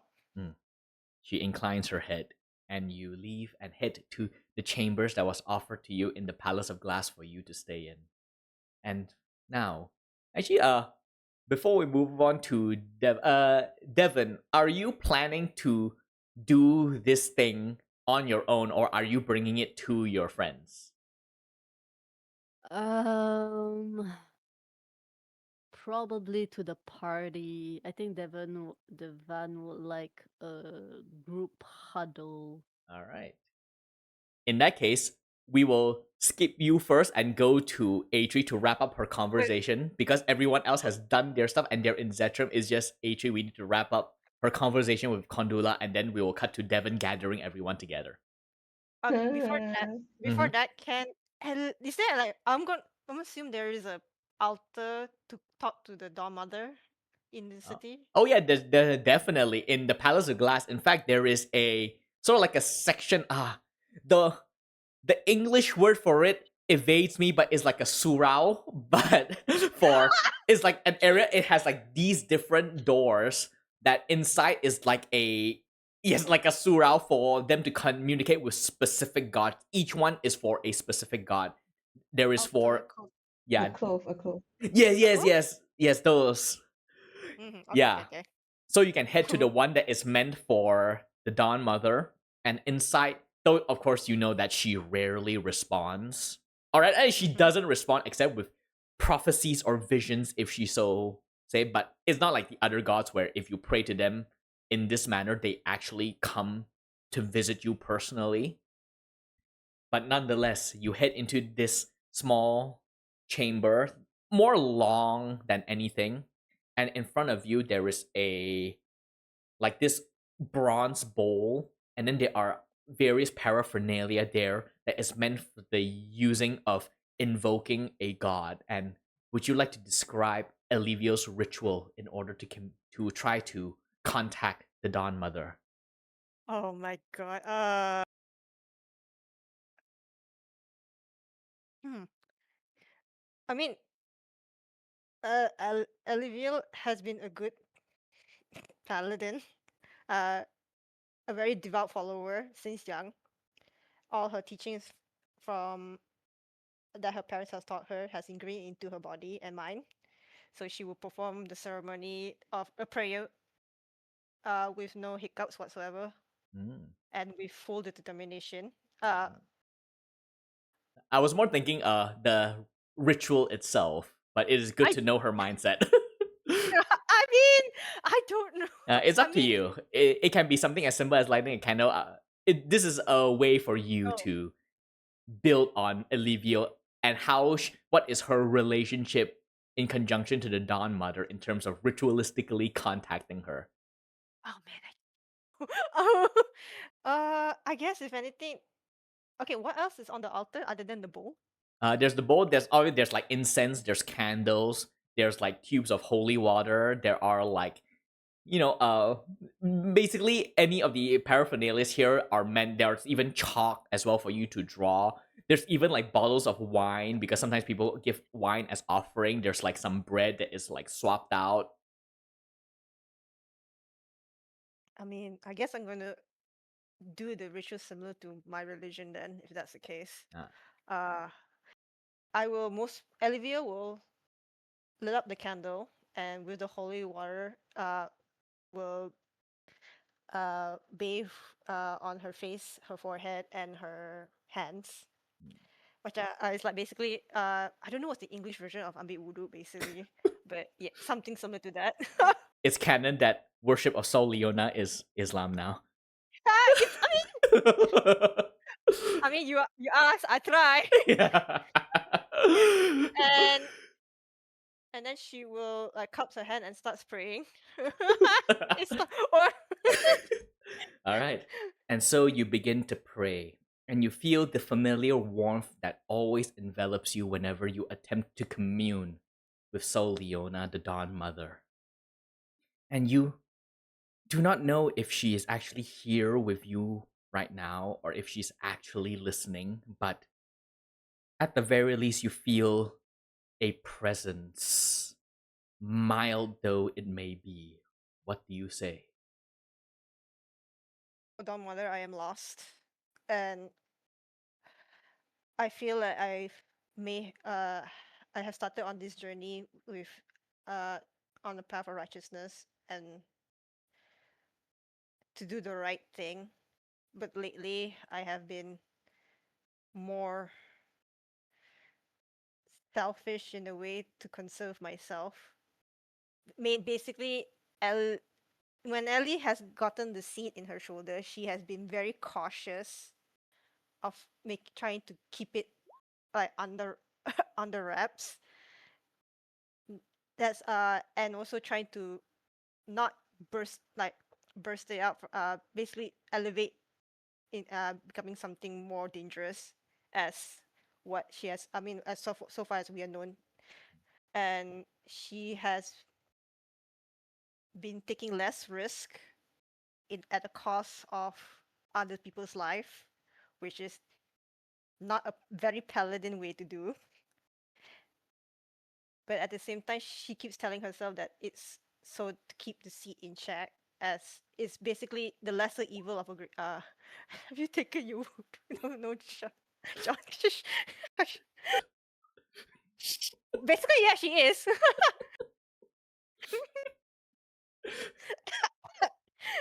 uh, yeah, she is. You're correct. Yeah, she's currently repenting, and Brahman is this comments. Okay, oh, wait, I'm trying to focus. Where was I? Yeah. And she has been in itself feel guilty. I mean, this is the lesser evil way, because if the seed were to evolve, the consequences would be quite great. But she still feel like it's the wrong way to do it, and for that she is confused to what to do.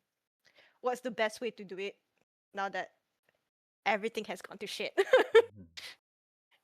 And then Then she is remembering back the vision that she got. With the angel wings, the dead corpses, the vision, and the time when she got possessed by Soliana back at the Chrysalis Sanctum. The fall of the undead. Mm. She's now wondering like, what is my purpose now? I know that I will still keep continuing doing the right thing, but how will I know that what I'm doing is the best way to do it? And now that the Golden City, the city that the place of that where all her devout worshippers are, the Soliana, where all those devout worshippers of Soliana is in danger. She knows deep down that although keeps saying that she's doing what's best for the city, the theocracy, the Golden City. Deep down, she's saying that uh to hide the fact that she's going to most probably go hells and water, try to find out what happened to her parents, to the point that she might have to break her oath. And she prayed very hard that it does not come to that. Because if you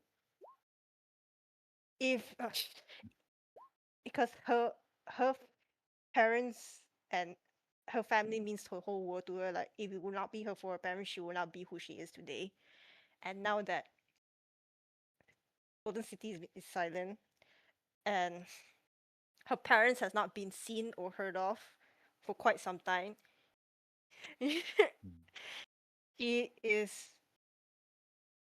her faith is as a bit wavering now, because the Golden City was supposed to be like the protector, like it's supposed to be the right way in a sense. Like, you cannot question the belief and the belief that has been taught down to her. But now this has all happened.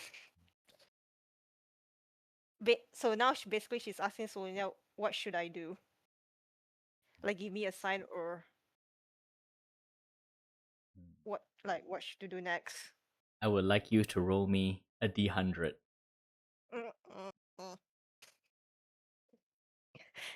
I love reading all this comment that's happening, man. Wait, how do I roll a D? What's the command? R, right? R100? Yeah. Or you can just hover. You can click on the the d20 symbol on the left hand side, and you can roll d100 from there. Oh yeah, because I forgot that my R is broken. Whoa!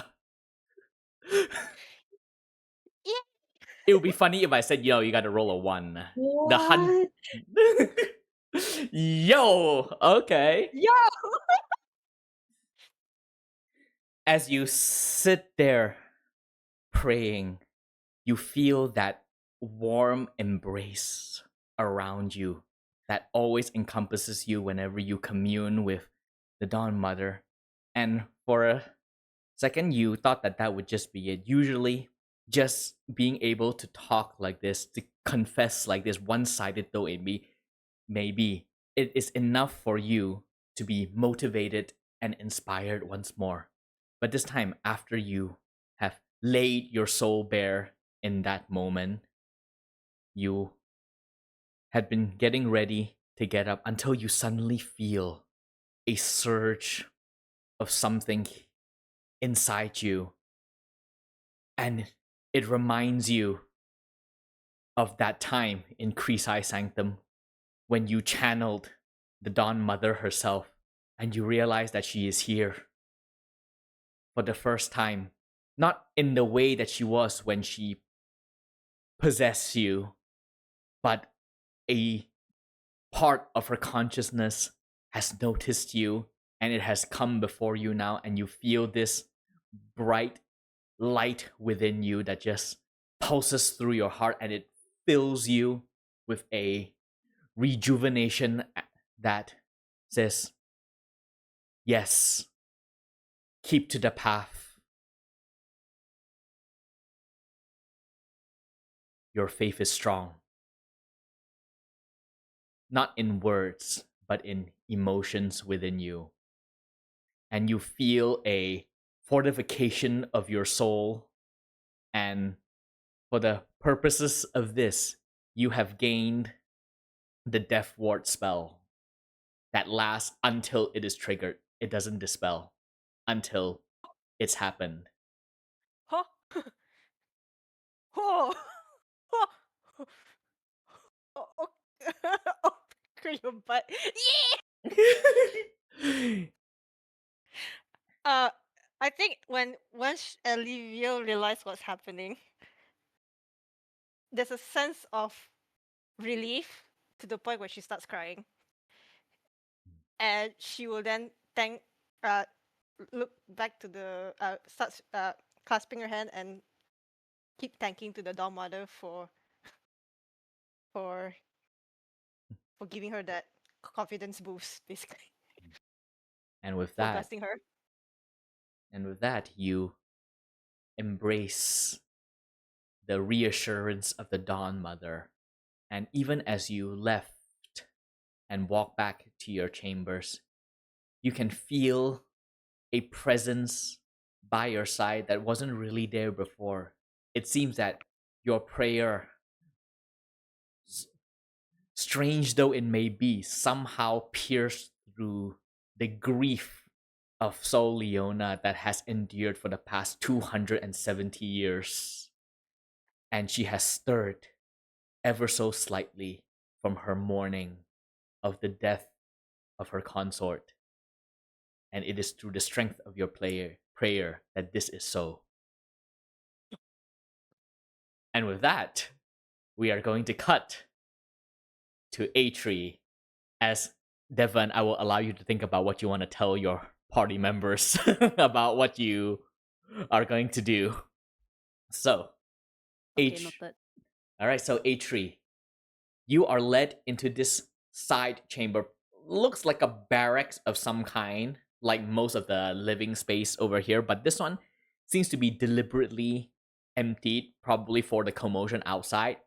Kondula leads you deeper through this barracks until eventually she comes upon this office that she turns to you and goes, I was given this place to set up before my little speech and demonstration. Please. And then she gestures for you to enter first. Sorry. I will enter. All right. And as you do, she turns towards one of her shadow that has been following her, probably either her bodyguard or her second in command. And then she just claps him on the shoulder. And then she closes the door. My people will ensure that no one can eavesdrop. And then, now this space is, again, this is the barracks. It is very utilitarian. There is only a desk here, a chair for the person behind the desk, one in front of it, some shelves, and that's it. There's not even a window here. And then she sits behind the chair and look at you. Impressive, isn't it? The Steel Legion. One can imagine they would change the face of war itself once it is embraced across Oris. Fair.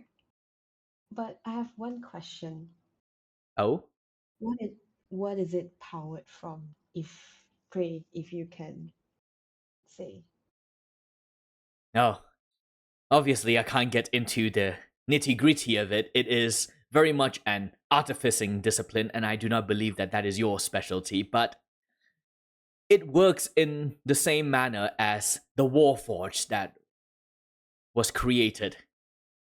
There is a central power system, arcane power system, a marriage of technology and the arcane. And it is self-powering, like most spells. We have simply given it form and clad around it a stronger form that it can move and mobilize. So, very impressive. Is it controlled by your gauntlet here? Yes, there are many sets of these control gems that we have. Each one controls an entire battalion of these Steel Legion. So, what would you like to talk to me about? Yes. I understand you to be a very blunt person, so I will not stand on semantics and inquire upon the weather. So I will just say that I know that you have been watching me, and also the Grand General. May I ask why? Well, in the beginning, you are here in our empire, therefore, I always need to keep an eye on everyone. So that's my job. Is it very different, or is it very, would I say, sorry, No worries. it is my job. Therefore, I am doing this because I am here to protect the empire. That's what I am here for. Is it very surprising? I suppose I can't fault you for that. After all, you are the spy master to not one, but two different monarch, Empress Laurelin and the King of Dresmere. And as he says, King of Dresmere, she gives you a knowing look. And then you sort of like process what she said. She referred to Empress Laurelin by name, but when she refers to Xarxes, she deliberately says King of Dresmere and does not say his actual name. You only do that for gods, and you do not want to invoke their name. Mm-hmm. I understand that you found my spies in the court of Dresmere. That was pretty impressive. And you have found mine too, and none of them has returned. Yes, I too play in the game that you are so adept at. And then she sort of like adjusts her seat a bit. That is why I want to talk to you, actually. You are a very influential person. You have the ears of Laurelin, and you have the ear of Karkos himself. And you have allegiances to the Fletchers, I understand. And I'm hearing doubles of myself from I somewhere. think it's me. Oh. Probably it's me. Hold on. I would lean back on my chair. Probably I'm not sitting on a stool, right? No, you're not. You fall. Nah, you're in a backed chair. Okay, so I lean back and then I just continue to listen. Is there anything else that she wants to say before I say anything? What I am about to say now is this. I propose an alliance between you and I. With my connections and yours, we can do great things together. What are the terms? And therein comes to the moment we've all been waiting for. I propose a Tavian pact between us, and she holds out her gauntleted hand again. With this pact, what we say here, what I tell you now, can never be shared with anyone else, indirectly or directly. This is sensitive information I am about to share here, and I require your full, total complacency. We will proceed no more until you agree to this. And you will know what a Tarvian pact is. A Tarvian pact is a lesser infernal. You know, Tardavos is where the devils come from and they form contracts. So a Tarvian pact is essentially, you know how the ancient Greeks, I swear upon the river Styx, I will not do this. And it is an oath so binding that if a god were to swear upon the river Styx and they break that oath, they will be punished as well. Like what happened to Apollo, he was made mortal because he broke a Stygian pact. So a Tarvian pact is something like that. So once the terms of this pact is set, if you were to break it, horrible things will happen to you. I have a few questions before either agreeing to the pact. What is your stand with the peace talks between our empire? I want nothing other than peace in Oris. That is why I created the Steel Legion and why I do what I do. You can make an insight check if you wish. Yes, insight check. Okay, this one I high. Mm. My Oh! Nice. All right. So, with that 27 natural 20, you know, you can tell with absolute certainty that Condula Kratis fully believe in what she is saying. That she is all for establishing peace in Oris.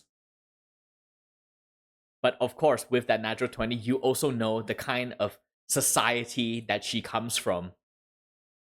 Her form of peace might be different from yours, but peace is her end goal.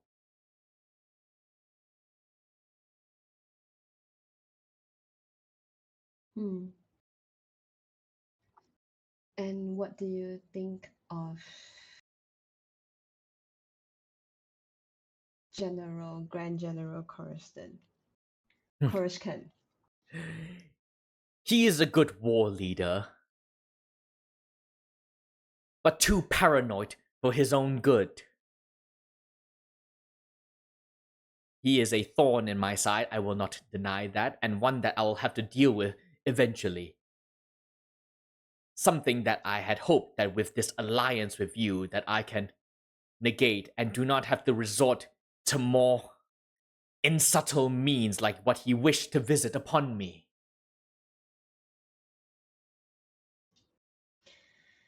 Why do we have to do the pact? Is my word not enough? With respect to you, no, you are a spy master. Whatever I say here, you must recount in one form or another back to the Empress or to the King. I am simply covering my own ass, to use a more cruder terminology. No harm will come to you if you swear by the pact that you will not reveal what I tell you here to anyone else. That is it.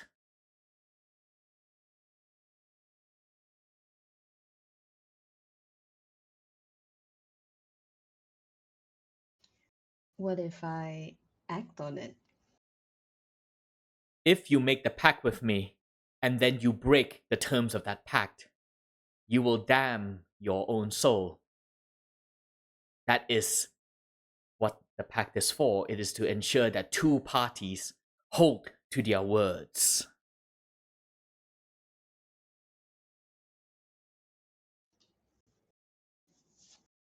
I would also like to ask, if let's say I do not agree in this pact, would I come out alive? And straight at her eye. Yeah. She'll just, what do you take me for? I am not some barbarian or savage. If you refuse to make this pact with me, we simply have nothing to talk about and you may leave. Well, you killed me once before. Yes, that. Just to clarify, she did not kill you personally. It was her people that killed you. I still hold that grudge. As you said, she's like, I see old grudges die hard. Don't worry, I have no intention of visiting any harm upon you, regardless of whether you accept this pact with me or not. You are more useful to me alive than dead.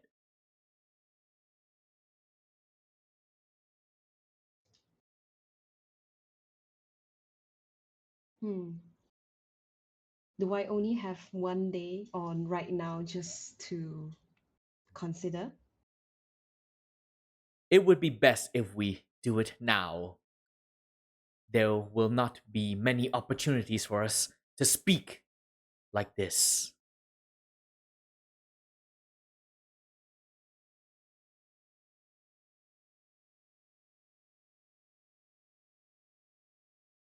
And I will say with that natural 20 on the inside. You can tell that with this entire conversation, she is also testing your resolve and your ability to make choices on the fly. And your answer here will determine whether her respect for you is earned or not.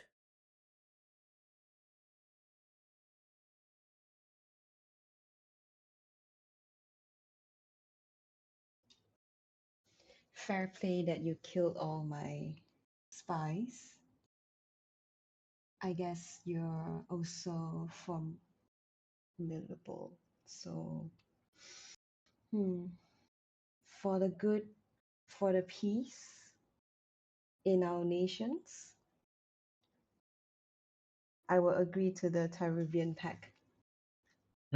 Good. And then she holds out her gauntleted hand again. You take it.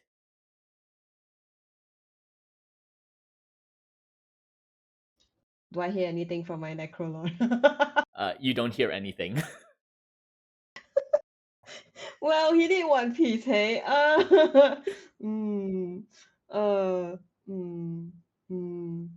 Sure. You grab onto her hand and she clasps it tight. And you know what comes next. A Tarvian pact involves a handshake and a blade to be pierced through the hand, which she does now. She takes out a blade and then stabs. Wait. I will pierce my own. Okay. All right. You earn a lot of respect from her at that. You can see her eyes widen as you stab through your own hand and pierce through hers as well. And so the pact is sealed. Not a word of what we say here will be revealed to any other soul outside this room, and I will perform no harm upon you. Do you find the terms agreeable?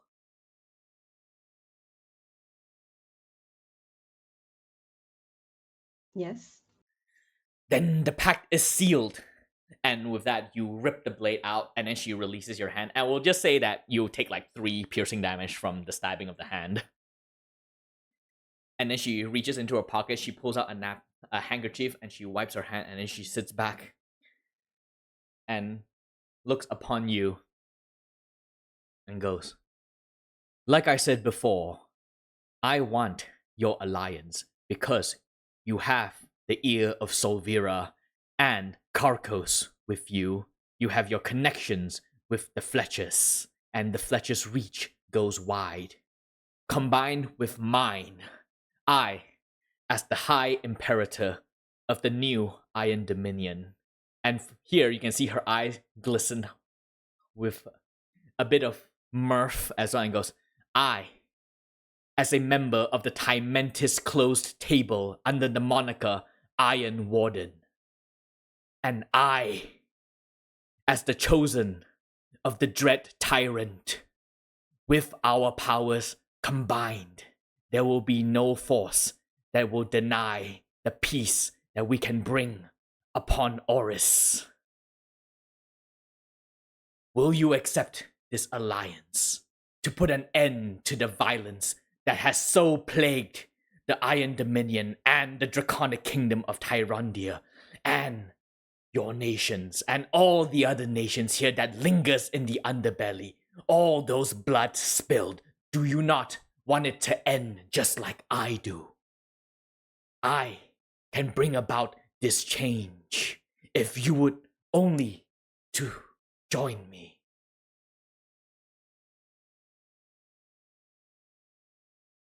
Is that a question when there's a pact that is happening, right? No, the pact is just so that nothing that is said here will be revealed to other people.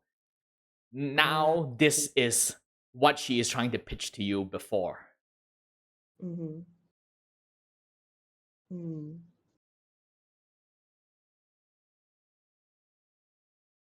I just stare at her. Do I need to reply this? Oh yeah, I need to answer if I want to join her. You do not have to answer now. The pact will ensure that you cannot reveal my secret to anyone else. I can wait. I will still be in Zetrum for another month. You have till then. I have another month to decide whether I want to join you. Yes. Together we can do great things. Hmm. I look at her and I'm like slowly binding my wound in a way. And is it done? It is done. Are you talking about the pact? Yeah, I'm saying it is done. Yes, it is. And then she holds out her own punctured hand. This pact swears both of us to silence, or rather, swears you to silence and me to do no harm upon you. Hmm. Keep to the pact, and there need not be any aggression between the two of us, even if you were to deny my alliance, though I will be disappointed. Fair. Now I must leave to. It is late, so I need to leave. Of course. Good day, Spy Master. I will leave. All And I right. walk out from the place. All right. You are allowed to leave. You open the door and see on the other side is Kondula's bodyguard, second in command. You don't know this man with cropped hair, arms crossed, just gives you a nod as you walk past him. And eventually you leave the barracks. You leave the military district on your way back to the Palace of Glass. What is going through Atri's head right now? Well, at least I know who is Iron Maiden now. Iron Warden. In a way, Iron Warden. Yes. In a way. Yeah, you have in that one conversation learned. Iron Maiden. Yeah, yeah. I mean, The metal band. I mean, yes, because well, female. Okay, no, I'm just joking. Yeah. Yeah. Mm-hmm. But yeah, so in that one conversation, you have learned everything that you wish to learn about this mystery that you have been tackling for the past month. The only problem is you cannot reveal it to anyone. And so It's okay. It's okay. Aishu will keep that in mind, and yeah.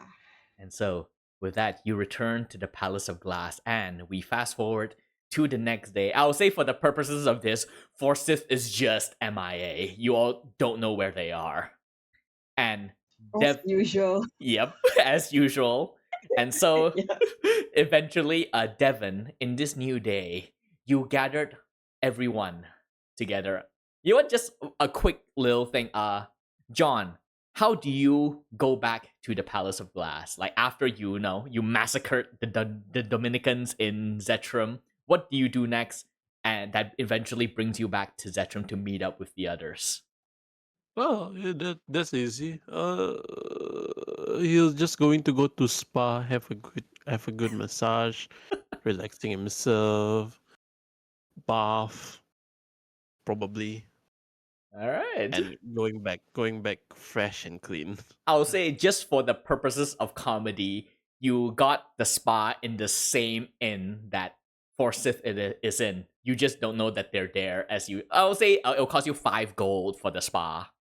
Ah, I mean, this is very fancy spa. You are completely rejuvenated to the point that you gain 10 temporary hit points for now. yeah, that's good. Yeah, your body is just...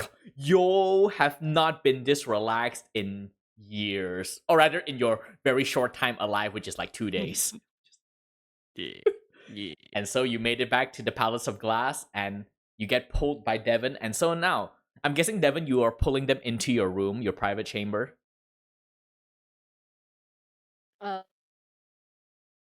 Private chamber. Yeah, basically the room that is offered to you in the Palace of Glass. Sure, I guess. All right. And so the 4 of you are now gathered in Devon's chamber, having been summoned by him via like servants that is bringing you like your, I guess, morning tea or something. and then they direct you into Devon's room. And then one of the servants does tell you, Devon, that Forsyth is nowhere to be found. And so you get it. They're probably off doing what Forsyth usually do, and they'll turn out whenever they want. So it's currently just you with Eliviel, John, and Atri in the room. So what do you all do?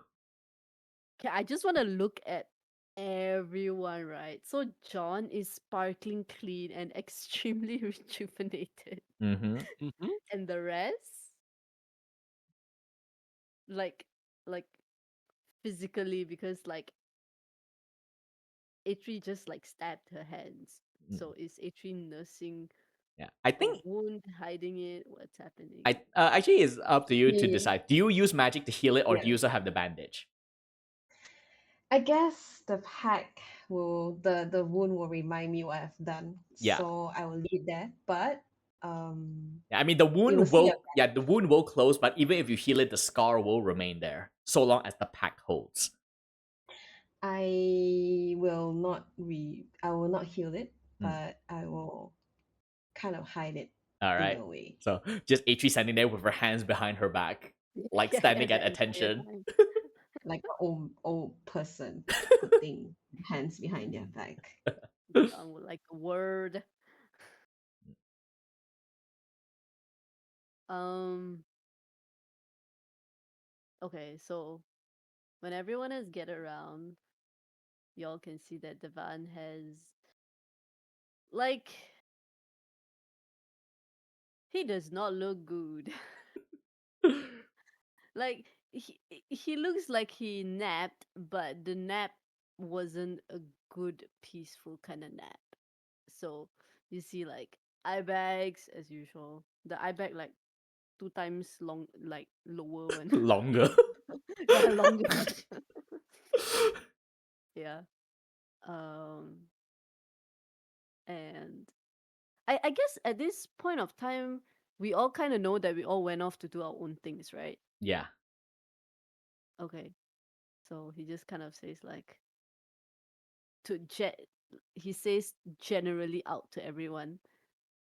So how did it go? Olivia will reveal. I guess in this group, I reveal what happened. I don't think she will hide. I mean, but before that, she will make sure that nobody's listening in Mm. to the conversation. Easy enough. The Palace of Glass is very secure. And I relay everything that has happened, except for the di- the divination, uh, her prayers with the doll mother. That one she will keep it to herself for now. All right.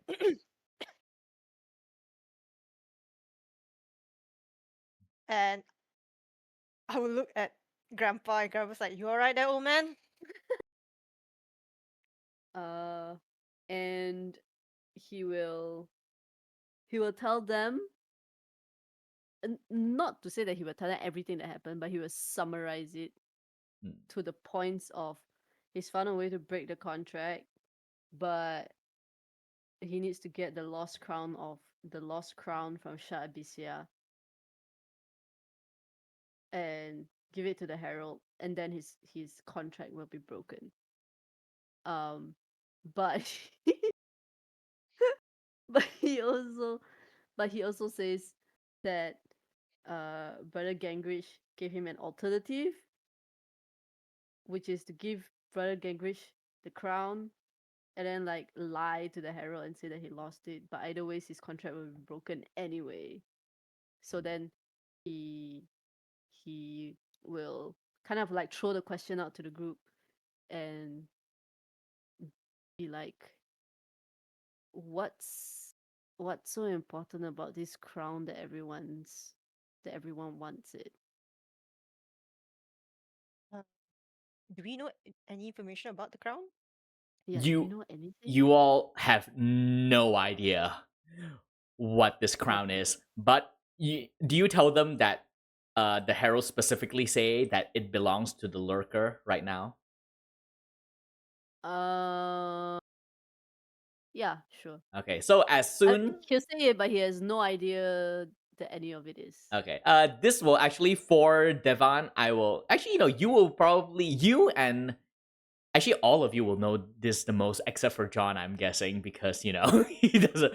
So for Alivio, Atri, and Devan, all three of you know about the Lurker. The Lurker is the demon god of knowledge. So I have said before that Shah Abysia, the realm of the demons, they are a very chaotic place, and so they don't really have a pantheon, Mm-hmm. but or rather a pantheon as we know it, like the celestial and the Fey courts have.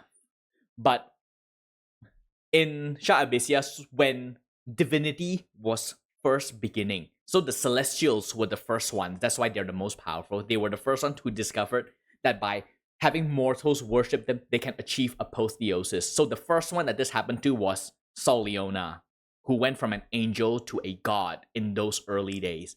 And when the demons of Shah Abysia found out about this, in that time, they had just been fighting and killing each other for dominance. But when they found out that they can draw mortal worship and see it as the key to divine ascension, they all started meddling in the mortal realm and start gathering those fringe cults to build up their power. And so there are a lot of lesser gods in Shah Abysia, though they are mostly just called demon lords and not actual full-fledged gods.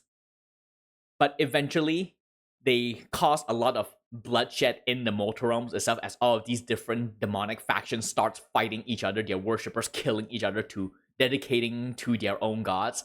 And it slowly draws the attention of the celestial pantheon, and realizing that their current path would lead to their destruction, three of the most powerful of these demon gods, they forged a pact with each other that they would never rise against one another, otherwise the third side would annihilate. So let's say if A and B go against each other, C will just side with either A or B and destroy the other. And so in this way, they establish a cold war with the three of them on top and all of the rest of the demon gods below squabbling. And if any of them rise to challenge one of them, they will just strike them down. And so these three gods are known as the three above all. And they are the Dark Dragon Queen, who is the demon god of war. Orcus, the demon god of undeath, was the original member until he was killed. Then he was replaced by the Sibilant Beast, who is the demon god of the arcane. And the third one is the Lurker, the demon god of knowledge. Though, Atri, you will know him by a different name. You will know him as the All-Knowing, because you are part of the Grand Athenaeum as well, which you have resided in, and also as the Serpent Sage. The Lurker is who a lot of sages and wizards reach out to for knowledge. Like, a lot of wizards have the Lurker as their patron god.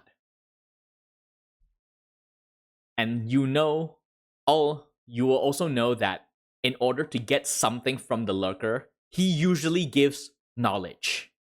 And in exchange, you either give him a memory that you have, which will then be erased from your own mind, or you give him items, magical items. For the purposes of gameplay, artifact items will always be accepted. Legendary items have a high chance to be accepted. Very rare items, 50-50. Anything else below that, he will never take. Okay. Okay. And he is also the Lurker in particular is the most mysterious of the demon gods. Like, he has people worshipping him, but he has, as far as you know, on the historical stage, he has not done anything. He did not participate in the Sundering. He did not participate in any of the cult wars. Nothing. He is just always there. That's why he's called the Lurker. A hermit, basically. Yeah. Mm. Sometimes also called the Watcher, because he craves information and knowledge above all else.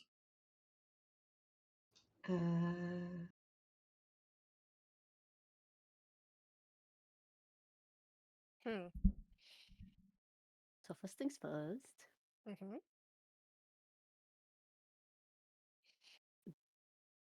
Okay, Will Devin. you Okay, sorry, will continue. you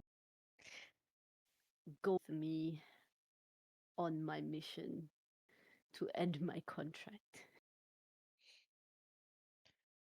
Uh, Are you, Ellie, are you asking all of us? Yes, yes. In roleplay. of course, Ellie will look at you, Devon, and knowing all you have gone through, of course, Ellie would like to help, but then she will ask you a question. Do you have a plan, though? I'm I will help working you in on it. this quest, but knowing who we're up against with, I would like a plan. Especially since we're going to Sharbisia. The plan is to acquire an item that he will not refuse, trade it for the crown. And what happens to the crown after that, we'll see. Question Um, to GM. mm, If he's all knowing, why does he still wants information? Because knowledge is endless. Yeah, that and also the experiences of individuals is always different from others. That's why he accepts memories as payment as well. Okay. DM, remember the item that is in the Golden City, the one that Devon was thinking about? What is it? It's supposed to be Yeah, don't know what X hammer or something like that. yeah, it's supposed to be the Hammer of Lathander or something like that, but you change it to something else.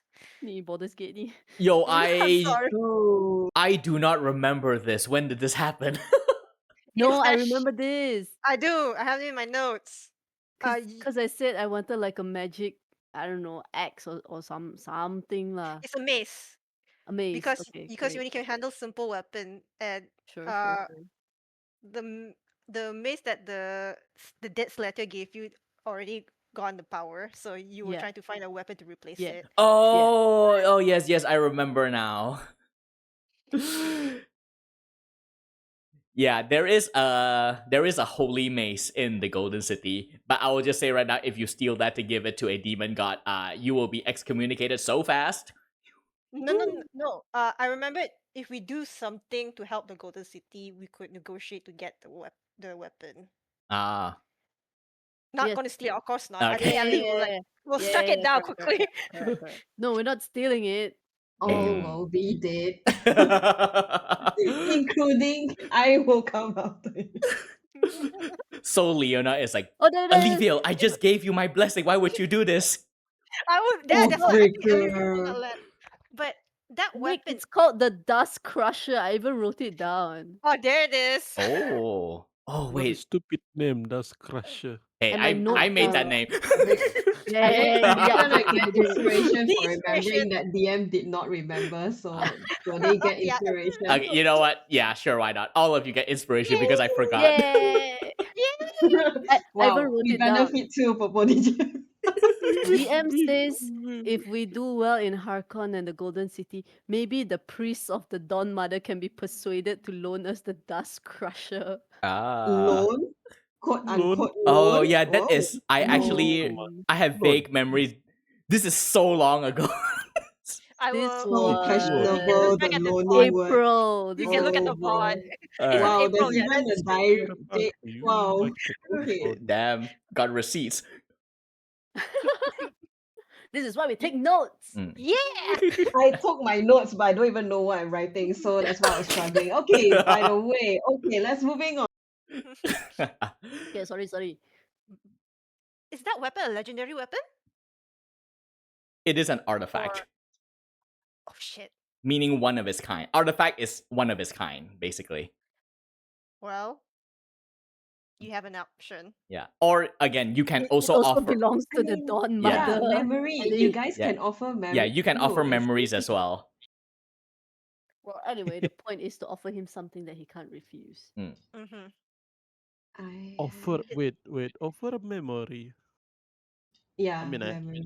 I have a memory I would like Actually, to you know what? I will read. allow each of you to roll me a religion check. Oh, damn. This Ah. is Why? Are you religious enough? Mm. I will cry if I I fail will. this. I Definitely will. not religious. A3, I will give Mean you that. advantage because you will know the most about the lurker. Oh no. I'll tell you, if I roll low, it's the same, bro. It'll be so funny. Oh no. Roll Look again. at that. Single Wait. digit, bro. Wait, roll another one. Roll another Oh one. no. Oh wow. Wow. You are the one lah. My Right. role is so uncharacteristic of Before, me. Olivia, do you want let to me you? Oh yeah. let me roll another one. Okay, inspiration. Alright. Yeah. I What's a 15? instantly use my inspiration. Alright. Wait, Nick, did you say something? I was gonna say, do you? You have +7. Do you want to use an inspiration? Yeah, why not, Do right? you want to bless? Can we bless? Guidance, Guidance, Yeah, guidance. guidance. I'll guidance Guidance, you. Take please. it. Beep. Roll a d4. Extra Hey, d4. I have guidance too. What the heck? Bless Okay. yourself also then. Okay, roll your Oh. bless. Just the Does it- D4. Does it stack? Nah, it doesn't. It will be so broken if they can Does stack. guidance stack? A 21. Take the 21. Okay. Take that 21. All right. So, with the 21, you know, because you've been to the Grand Athenaeum before alongside the Serpent Sage A3. So you have talked a bit with others, to learn about it because you've, as a faithful of the Dawn Mother, you are tasked to always go against demonic cults, but yet the Sibyllin, these three above all, good people worship them as well. Wizards, arcanists, sages, historians, like the Sibyllin Beast and the Lurker. And so you wanted to learn from their perspective. And you learned that while demons are by nature of being from the abyss, they are chaotic by nature. The process of ascension, when they become, or rather they start to embody something, have that override aspects of their personhood as well. And so they are not just a demon, they are also a god. And that sort of like temper some of their more, shall we say, sadistic impulse. Because you have heard stories that the Sibyllin Beast pre apotheosis, he is a very savage monster. But once he became the demon god of undead, he became fairly lucid. And as for the Lurker himself, he has not done a single thing. It's from the moment that he is old, even before the first god appears. And in all that time, in all of history, he has not done a single thing. And in those times where you are talking with them, when you're learning, wait, if you give memories and you lose that memories, why would you do something like that? And some of the answers that you receive is that sometimes people, they have memories that they just want to forget. And so they use the Lurker as a means to do that, and they get something out of it. But some people have also said that secondhand accounts also work. So let's say you have a memory, and then you have an account of that same memory. You can give that account instead, so long as it matches the original memory and you do not lose the original memory. But of course, you have to make sure that the memories match, because if there's one thing that the Lurker hates above all, is to be lied to. So if your memory does not match your original memory as you are giving it over, you run the risk of pissing him off. But this is the loophole to give memories without losing it. You give the memory means that sorry, it's a stupid question, so that you lost it, you Yes. lose it, right? Yes. If you give the actual memory itself, but if you give a recounting of that memory that you have of it, then you will keep the original memory. Nice. I think that could But work. what if that memory is not your memory? You, so long as if it can be your memory of something else, like you witnessed something and you want to tell the Lurker that something, you can do that. Even though the memory is not yours, you've seen it. It has been filtered through your experience, and so it is knowledge. This is easy. I'll give the memory of John Dead Beggar's body just bursting into wells. For some reason, I don't know how, he comes back alive as John that is not John.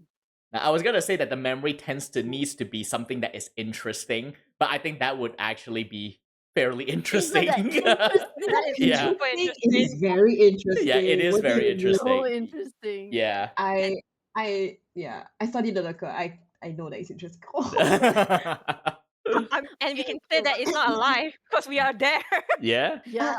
But it's We have like all the memory there. Yeah, If it's yeah, not yeah. enough, there's more. Like, how many people have you seen has been resurrected? None, not so many. Only Immediately one on the spot. person. Yeah. Or rather, Not this is the even 3 first. days. Yeah, this is Immediately on the spot. the weirdest resurrection that you've all seen. Yes, yes. That is true. You are the first. Yes, yes, Alright. you are the first. Exactly. Yes. All Out of right. game, thank you, Popo, for giving us a shot. Thanks for giving us the memory, the traumatic memory, and then now yeah, we yeah. can give it away. Yeah. Yep. I would like it to be erased from my memory. Actually, I don't Oh like yes, I cannot unsee, so I need to erase Yeah, it. we from can memory. offer that memory. Actually, yeah, you know what? Yeah, Yeah, that's very right? traumatic. On a plated, silver platter. Go ahead, go. but just Take so it that- and go. Okay. not all of you have to offer it. Is you only need to offer something if you want something from the lurker in return. No, but like, can you imagine Oh. we all just run up to the lurker and be like, take this? Oh my god. Take his memories.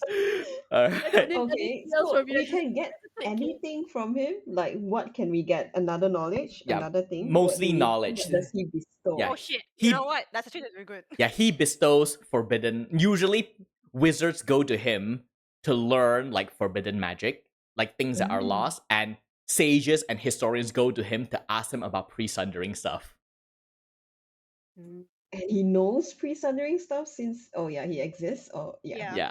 he exists. Yeah, most of the Oh. most you can say that about 70% of the books written in the Grand Athenaeum about pre-sundering stuff is from him. It's like scholars going to him, and Wow. if they, don't go mad and they actually come back, they write books about it. Oh, that means we have to roll for something to maintain our sanity, lah. Just don't look at him based on. I'm sure, Devon, you told him all the warnings, right? You Oh, told yeah, them. I thought that warning. Yeah. Show deference. Don't look at him. Don't lie to him. Yeah. Do So you do you think he has the knowledge where Icarus comes from? If that's the case, I bet he knows. Sure. He knows everything. I- I think. Well, I know what I want to ask. me too. all right. So Me three. are you all planning to go as 4, or do you want to bring other people? We mean other people. Other people? What else can? Who What knows? else are there? Hey, Empress Laurelin, want to come with us? Meet a demon. I was about to say, what for Sif? Like, does for Sif want to go? I mean, sadly, think Tay he is was not. before. Forsim is just Oh. not here, so. Yeah. We They will did. know They later. find us when they find us. I mean, after they finish their spa, so Yeah. probably That's we'll far. know. I- Probably Like, Nikki or I don't know. can. All right. I mean, now the question is, should we go now or later? Because Ellie will also brought up that she needs to go to the Golden City since the situation is now dire. A reminder, Devon, that you do have a deadline. Don't we all? Don't we all? That's the issue. Yeah, but It's Devon already one. expired from time, Dev- so it's okay. Yeah, Devon one is in 3 days. He has to go to Postrum in 3 days. Oh, shit. Oh, If yes, that's the Oh, case, fun. then So, Okay. so So please forgot guys- your response. Okay, yeah, we Wanna have to start wanna the go to issue hell? first. Do you know how first of all? I mean, Why know how? Uh, Why know how? Considering the Herald is my patron. From what the heralds say, you just need to meet up with the people at Postrum, and they will bring you to the place that is the safest path from the mortal realm into Shah Abysia. So you gather that whomever he has assigned to help you in this would probably know what to do. Okay, done. Anybody need to get anything before we go? I think we're good to go. I'm good to go. All right. Sean? Let's go. All right. Nah. since we're going to hell, right? Probably we can find Get a some. soul. What? Hmm. I mean, there is a missing soul going around, like, probably we can We ask. we still haven't figured out where the soul went. Yeah. So imagine going to hell and asking for directions. Hey, have you seen the soul? Uh, And then hell is like, is it our knowledge that either they'll go there or somewhere like, because it's not here, we can't summon, like, you can't do anything, so I don't know. Yeah. I mean, usually the person, when they die, their soul goes to the god they worship. But Miramount just did not go to the god that he worships. Is that person not loyal that he Mhm. didn't actually go? No, Maybe. from my conclusion, is somebody yanked that soul. Someone more powerful. yeah, I think so too. That's my theory It's too. not that he's loyal. He's loyal to a fault. I think somebody yanked that soul real quick. I wonder who. Mm. All right. So you all head. I think we have actually enough time to finish up with the meeting with the lurker right now. What? What? So Are you what? sure? Because I kind of don't want to do that at the start of the other session. It's very combo breaker. But Okay. yeah, I think we can. We'll go a bit late, but I think it should be okay. All right. Did you Sobs, ask? it needs Are to you be are you guys awake. okay? Yeah. I'm very hyper right now. I'm good to go. I do have to get up for work tomorrow. Oh god. Yeah. What time? Yeah. Oh, 6 o'clock is it? Yeah, Hmm. I know. If we put this, oh, maybe Kay might join as well. Oh, true. Yeah. Oh That's yeah. why. Wait for them. Maybe we postpone it for next session. All Then right. at least take yeah. In that case, as you all begin your preparations to head to Port Stroom and go to the realm of the Lurker, demon god of knowledge, we will end our session here and we'll see what happens next time when you all visit the Abyss. All right. Thank you all for playing another stable stream, which I enjoy, and we shall. Yep, we shall all see you next time. Bye bye. Bye. Bye.